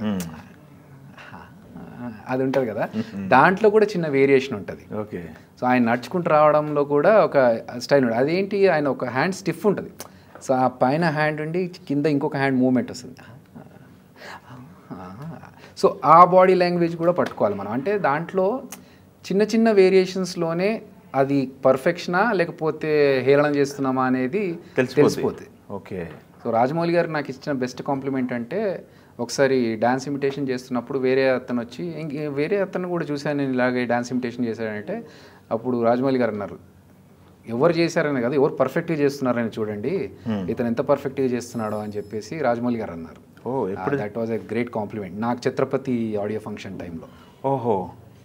అంటే నేను చెప్పాను కదా మీకు, నేను ఎప్పుడో కాలేజీలో ఉన్నప్పుడు స్టార్ట్ చేశాను, బట్ లేటర్ ఆన్ మనం చేస్తున్నప్పుడు వేరే వాళ్ళు కూడా చేస్తూ ఉన్నారు. వాళ్ళు చేస్తున్నప్పుడు ఇతను కూడా చేస్తున్నాడు కదా, అతను కూడా చేస్తున్నాడు, నేను చూశాను మొన్న అక్కడ చూశాను ఇక్కడ చూశాను అంటే, అప్పుడు ఆయన అన్నమాట, ఎవరు చేస్తున్నారు అనేది, ఎవరు పర్ఫెక్ట్గా చేస్తున్నారు అనేది చూడండి, ఇతను చేసిన దాంట్లో పర్ఫెక్షన్ ఉంది అని. ఎందుకంటే మనం ఏదో నవ్వించాలని చెప్పేసి ఓవర్గా చేయం, ఎంతవరకు అవసరమో కరెక్ట్గా వాళ్ళ బాడీ లాంగ్వేజ్ అంతవరకు చేస్తాం. ఓకే. అది ఎంతమంది చేయగలరండి వంతున? యాక్చువల్గా నేను రికార్డ్ చేసినప్పుడు అయితే 24 మెంబర్స్ది చేశానండి. హిందీ వాళ్ళని కూడా యాడ్ చేసుకొని చేశాను. మీరు ఫస్ట్ నుంచి కూడా ఫిట్నెస్ మీద ఎక్కువ కాన్సన్ట్రేషన్ ఉండేది. ఏంటి ఫిట్నెస్ మీద ఎప్పుడు మళ్ళీంది? అది ఫిట్నెస్కి సంబంధించి ఏం చేస్తారు? మీ డే ఎలా స్టార్ట్ అయ్యింది? నాకు డే మార్నింగ్ వాకింగ్, అంటే ఒకవేళ జిమ్కి వెళ్ళకపోతే వాకింగ్తో స్టార్ట్ అవుద్ది, లేదంటే జిమ్కి వెళ్ళిపోతాను. ఓకే. ఎక్కడున్నా సరే వర్కౌట్ చేస్తాను, లేదంటే అట్లీస్ట్ వాకింగ్, స్క్వాట్స్ ఇవన్నీ అయితే చేసుకుంటాను. డైలీ అయితే మస్ట్ ఇది బాడీ, అంటే మన శరీరానికి మనం కొంచెం టైం స్పెండ్ చేయాలనేది నాకున్న ప్రిన్సిపల్ ఒకటి పెట్టుకున్నాను అట్లా. ఓకే. ఫుడ్ తిన్న తర్వాత ఒక 20 మినిట్స్ నిలబడాలని ఈశ్వర్ సినిమా అప్పుడు ప్రభాస్ గారికి ఒక హెల్త్ ట్రైనర్ వచ్చేవారు, అప్పుడు చెప్పాడు 22 years బ్యాక్, తిన్న తర్వాత 20 మినిట్స్ కూర్చోకూడదు అనేది అప్పుడు ఆయన కండిషన్. సో ప్రభాస్ గారితో పాటు మేము నిలబడేవాళ్ళం అన్నట్టు. ఓహో. ఇప్పుడు ప్రభాస్ అన్న నిలబడుతుండలేదు తెలియదు, కానీ ఈ 22 years తర్వాత నేను అప్పటి నుంచి ఇప్పటి వరకు తిన్న తర్వాత 20 మినిట్స్ నిలబడతాను. కూర్చోను. 22 సంవత్సరాలు చేస్తున్నారు. అలా చేస్తున్నాను. ఇది మంచి టిప్ నాకు తెలిసి ఆడియన్స్ అందరూ కూడా. సో మెయిన్గా అది నేను ఎక్కువగా ఫాలో చేసేది అది. ఫుడ్ ఏంటి, డైట్లు ఇట్లా ఏం లేదా? ఇప్పుడు చేస్తున్నాను, but I don't know if I continue. 7 లోపల డిన్నర్ కంప్లీట్ చేసేస్తున్నాను. 6-7 లోపల డిన్నర్ ఫినిష్ చేసుకుంటే ఇక తర్వాత తినకూడదు అని. ఓకే. ఓన్లీ లిక్విడ్స్ ఏదైనా అవసరం ఉంటే వాటర్ తాగడం, కానీ అంతే. 7 తర్వాత నో డిన్నర్ అదొకటి పెట్టుకున్నారు. అంటే మన శరీరం మనం కరెక్ట్గా చూసుకొని మనం ఫిట్గా ఉంటేనే కదండి మనం ఇంకేదైనా చేయగలుగుతాం. అవును. ఇప్పుడు ప్రజెంట్ ఉన్న పొజిషన్లో ఈ రెండు డైట్ ఒకటను ఫిట్నెస్ అనమాట. ఓవర్ వెయిట్ డైట్ ఈ రెండు ఎక్కువ ట్రైనింగ్ టాపిక్స్ అవుతున్నాయి. ప్రతి ఒక్కళ్ళు దాని గురించి ఆలోచిస్తున్నారు. మెయిన్గా నేను పెట్టుకునేది ఏంటంటే ఒక వెయిట్ టార్గెట్ పెట్టుకుంటానండి. అది దాటిందంటే నాకు ఇంకా ఫ్లక్చుయేషన్ స్టార్ట్ అయిపోతుంది మైండ్. ఓకే. 70.5 kgs అంతకంటే ఎక్కువ దాటకూడదు అనేది టార్గెట్. ఇంకా దాటిందంటే ఇంకా 4 రోజులు నాకు హైట్కి తగ్గట్టు వెయిట్ పెట్టుకోవాలి, బాడీ మాస్ ఇండెక్స్. సో ఇంకా అంతే. ఆ 70.5 తర్వాత ఒకవేళ పెరిగిందంటే ఇంకా 4 రోజులు దాని గురించి వర్కౌట్ చేయడము, ఫుడ్కి మానేయడము, స్ట్రక్ అయిపోతుంది. మళ్ళీ దాన్ని తగ్గించుకున్న తర్వాత మళ్ళీ కంటిన్యూ చేస్తాం అట్లా. ఓకే. అట్లా మెయిన్గా ఒక టార్గెట్ పెట్టుకొని దాన్ని మెయింటైన్ చేస్తూ పోతాం. దాదాపు 22 సంవత్సరాల నుంచి ఈ ఫీల్డ్లో ఉన్నారు. అంతకుముందు కూడా 2-3 సంవత్సరాలు అవుతుంది కెరీర్ స్టార్ట్ చేసి. ఆల్మోస్ట్ 25 సంవత్సరాలు అవుతుంది ఆల్మోస్ట్ ఎంటర్టైన్మెంట్ కెరీర్ స్టార్ట్ చేసి. దీంట్లోకి వచ్చిన తర్వాత ఏమి అలవాట్లు ఏమి చేంజ్ చేసుకోలేదు? అలవాట్లు ఏమైనా అబ్బాయి కొత్త అలవాట్లు ఏమో అవ్వలేవండి. లక్కీలీ చేసుకోవద్దనే ఫిక్స్ అయ్యా నేను. అంటే స్మోకులు కానీ డ్రింక్ కానీ. యాక్చువల్గా మొన్న సినిమాలో కూడా ఒక స్మోకింగ్ సీన్ ఉంటే చేయనని చెప్పాను. అంటే చేయను ఇన్ ద సెన్స్ వాళ్ళు 100% అవసరము దానివల్ల సీన్కి యూజ్ అవుతుంది అంటే అది వేరు. ఊరికే సరదాగా సీన్లో కావాలంటే సార్ నాకు అలవాట్లేదు, అది స్మోక్ చేస్తే నాకు సడన్గా మళ్ళీ సీన్ కూడా డిస్టర్బ్ అవ్వచ్చు సార్, వద్దు అంటే సరే వద్దులే అన్నారు. ఓకే. సో స్మోకింగ్ అలవాటు కాలేదు, డ్రింకింగ్ అలవాటు కాలేదు. చూస్తే నేను పెద్ద తాగుబోతులాగా అనిపిస్తానేమో గడ్డంతో, కానీ అలవాటు అయితే కాలేదు ఇప్పటిదాకా. గడ్డ ఉన్న వాళ్ళందరూ తాగుతారని అట్లని కాదు, బట్ చూడగానే అంటే ఎవరికన్నా మందు తాగుతాం అంటే నాకు అలవాటు లేదు, నీ ఫేస్ చూస్తే అలవాటుగా నువ్వు భలేవాడే ఇక్కడ అబద్ధం చెప్తున్నావు అంటారు. అరే అబద్ధం కాదండి, నాకు అలవాటు కాలేదు అంటే అవునా ఊరికే టెస్ట్ చేసి చూస్తారు అన్నట్టు. పోనీ బ్రీజర్ తాగుతావు అది తాగుతావు, లేదండి నేను తాగనంటే సరే అప్పుడు నమ్ముతారు అన్నట్టు. ఓకే. ఎందుకంటే పార్టీలు ఇంకా సర్కిల్ మెయింటైన్ చేయటం ఇట్లాంటివన్నీ ఉంటాయి కదా. ఆ పార్టీలు సర్కిల్ మెయింటైన్ చేస్తే వెళ్తాము, ఏదో లైమ్ సోడా ఏదో ఉన్నట్టు తాగుతాం, కానీ కంపెనీ అంతే ఊరికే పక్కన కూర్చోవడం వరకే. నాట్ ఈవెన్ కూల్ డ్రింక్స్ కూడా నేను. ఓకే. అది ఎప్పుడైతే దీంట్లో పెస్టిసైడ్స్ ఉన్నాయని అన్నారో ఇంకా కూల్ డ్రింక్స్ కూడా అసలు బంద్ మొత్తానికి. ఏదంటే ఫ్రూట్ జ్యూస్లు లేదంటే బ్లాక్ కాఫీ, గ్రీన్ టీ, అంతే. ఇండస్ట్రీలో బాగా ఫ్రెండ్స్ అంటే ఎవరి పేర్లు చెప్తారు సార్? ఇండస్ట్రీలో ఫ్రెండ్స్ అంటూ ఉండరండి యాక్చువల్గా చెప్పాలంటే. ఉండరు అంటే ఓవరాల్ సినిమా ఇండస్ట్రీలో మీరు ఎవరిని తీసుకున్నా కూడా బెస్ట్ ఫ్రెండ్స్ అని ఉండరు. బట్ ఉన్న దాంట్లో ఏదైనా షేర్ చేసుకోవాలనుకుంటే I would take Raghava's name. Rocket Raghava. ఏదైనా ఉంటే మేము మాట్లాడుకోవడము. ఇంకా కంటిన్యూ చేస్తున్నాడు ఆయన, జబర్దస్త్ ఆయన చేస్తున్నాడు. మేము బయట ఫోన్స్లో మాట్లాడుకోవడం అట్లాంటివి ఉంటాయి. సో రాఘవ కావచ్చు, లేకపోతే అప్పుడప్పుడు చంటికి ఫోన్ చేస్తూ ఉంటాం, మాట్లాడుకోవడం. ఏదైనా కూడా మొన్న ఈ మధ్య హెల్త్ ఇష్యూ కదా, ఇప్పుడు హీస్ ఫైన్. ఇప్పుడు ఎక్కువగా తిరువీరుతో ట్రావెల్ చేస్తున్నాం కదా. అవును. మేము ఎక్కువగా మాట్లాడుకుంటూ ఉంటాం ఏదైనా అవసరం ఉంటే. ఓకే.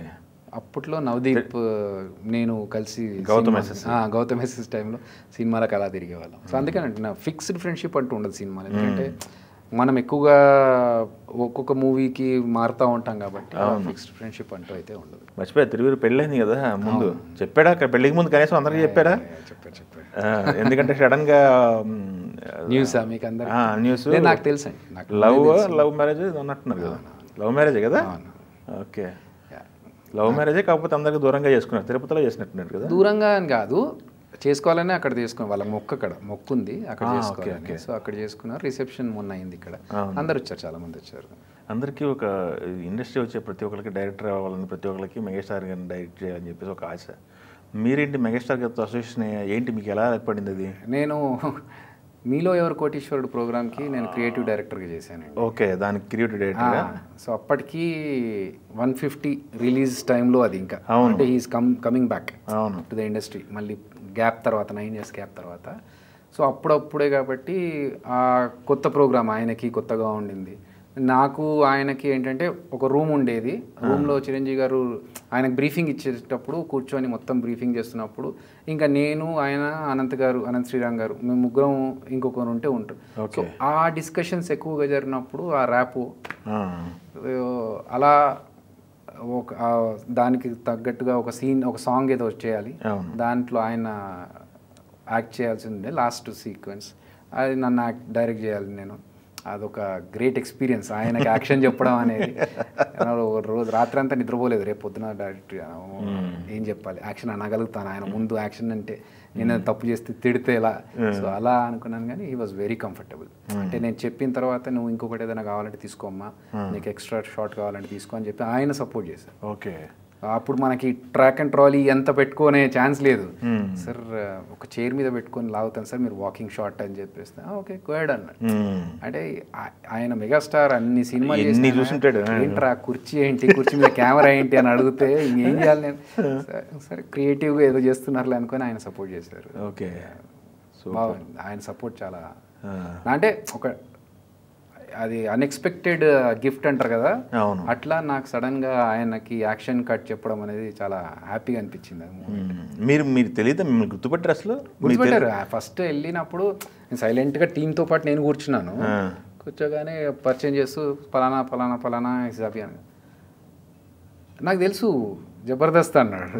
అంటే అవును సార్ అంటే ఓకే ఫైన్ ఓకే అన్నారు. తర్వాత మిగతా వాళ్ళతో అందరితో మాట్లాడిన తర్వాత అప్పుడు ఏంటి అంటే చెప్పా, ఇట్లా క్రియేటివ్ డైరెక్టర్ చేస్తున్నాను సార్ అంటే, మరి షో చేయట్లేదు అంటే, షో కూడా చేస్తున్నాను సార్, గుడ్ గుడ్ అని చెప్పేసి ఇంకా తర్వాత మిగతా విషయాలు మాట్లాడుతున్నప్పుడు కూడా ఎక్కువగా ఆయన పాత సినిమాల గురించి, ఆయన చేసిన యాక్టింగ్ గురించి చాలా డిస్కస్ చేసుకునేవాళ్ళం. బాగా ఇమిటేట్ చేస్తారు చిరంజీవి గారిని, ఆయన ముందు చేశారు ఎప్పుడు? ఆయన ముందు ఎప్పుడు చేయలేదు, బట్ నాకు బాగా ఇష్టం ఆయన ఇమిటేట్ చేయడం. మొన్న చెప్పాను కదా ఒక మూవీ చేస్తున్నాను అని చెప్పి, నక్సలైట్ క్యారెక్టర్, దానికి ఇలా రిబ్బన్ కట్టుకొని, ఖైదీ రెడ్ కలర్ రిబ్బన్ కట్టుకొని అలా ఫ్రేమ్లో అలా చూస్తే, సార్ ఖైదీ సినిమా గుర్తొస్తుంది సార్ మిమ్మల్ని చూస్తుంటే అన్నారు ఆయన. అమ్మో మీరు నాకు సోపేస్తున్నట్టున్నారు అంటే, లేదు లేదు ఆ లుక్ అలా బియర్డ్తో అదంతా బాగుంది అంటే, థ్యాంక్స్ అండి. మీరు స్కిట్లు కూడా చాలా చేశారు కదా ఖైదీ గెటప్లో.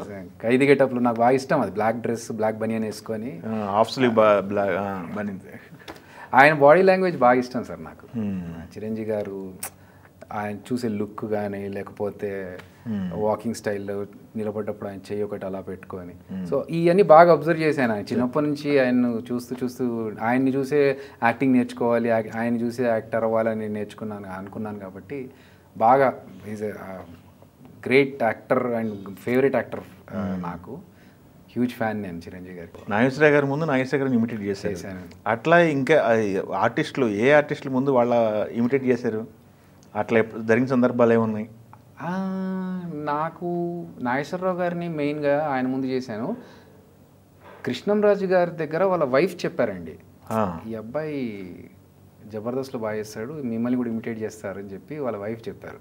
ఒకసారి ఇక్కడ కలిసినప్పుడు టక్కన కాలంకి సార్ థ్యాంక్ యూ సార్ అని చెప్పేసి వెళ్ళిపోయాం. మళ్ళీ ఏమన్నా అంటే అందుకని ఎక్కువగా మాట్లాడలేదు. ఓకే.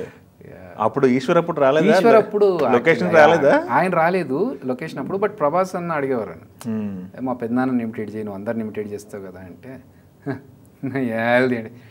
ఇది కాదు వేరే చేయి, కరెక్ట్గా చేయాలి, అది ఇదే అండి నేర్చుకునిరా మళ్ళీ చేయనే వాళ్ళు. సో ప్రతిసారి నన్ను ఆడపట్టించేవాళ్ళు అన్నట్టు, సినిమా అయ్యేలోపు నువ్వు మా పెద్దనాన్ని ఇమిటేట్ చేసి చూపెట్టాలని చెప్పి. సో అదొక సరదాగా. ఓకే. ఆయన మామూలుగా షై అంటారు కానీ బట్ పరిచయం అయితే కనుక చాలా జోవియల్. మోహన్ బాబు గారిని లక్ష్మీ మంచి గారి ముందు ఇమిటేట్ చేశాను. ఒకసారి చిన్నజీర స్వామి గారు, లక్ష్మీ మంచి గారు ఇద్దరు ఒక ప్రోగ్రామ్కి వస్తే స్టేజ్ మీదకి ఎక్కి, ఏమ్మా లక్ష్మి, ఆ వెంకటేశ్వర స్వామి ఆశీస్సులతో, ఆ సాయిబాబా కృపతో ఈరోజు విచ్చేసిన మీ అందరికీ ఆయురారోగ్యాలు నిండుగా ఉండాలని మనస్ఫూర్తిగా కోరుకుంటున్నాను అన్న తర్వాత చిన్నజీర స్వామి గారు చూసి వేరే ఇంకొక విఐపి వస్తే ఆయన చెప్తాను, మోహన్ బాబు గారిని భలే ఇమిటేట్ చేశారండి ఈయన అని చెప్పి అయిపోయా అనుకున్నాను నేను. లక్ష్మి గారి రియాక్షన్ ఏంటి? ఆవిడ ఎంజాయ్ చేశారు. అసలు ఎప్పుడు కూడా ఎందుకు ఇమిటేట్ చేస్తున్నావు అని కానీ అనలేదు.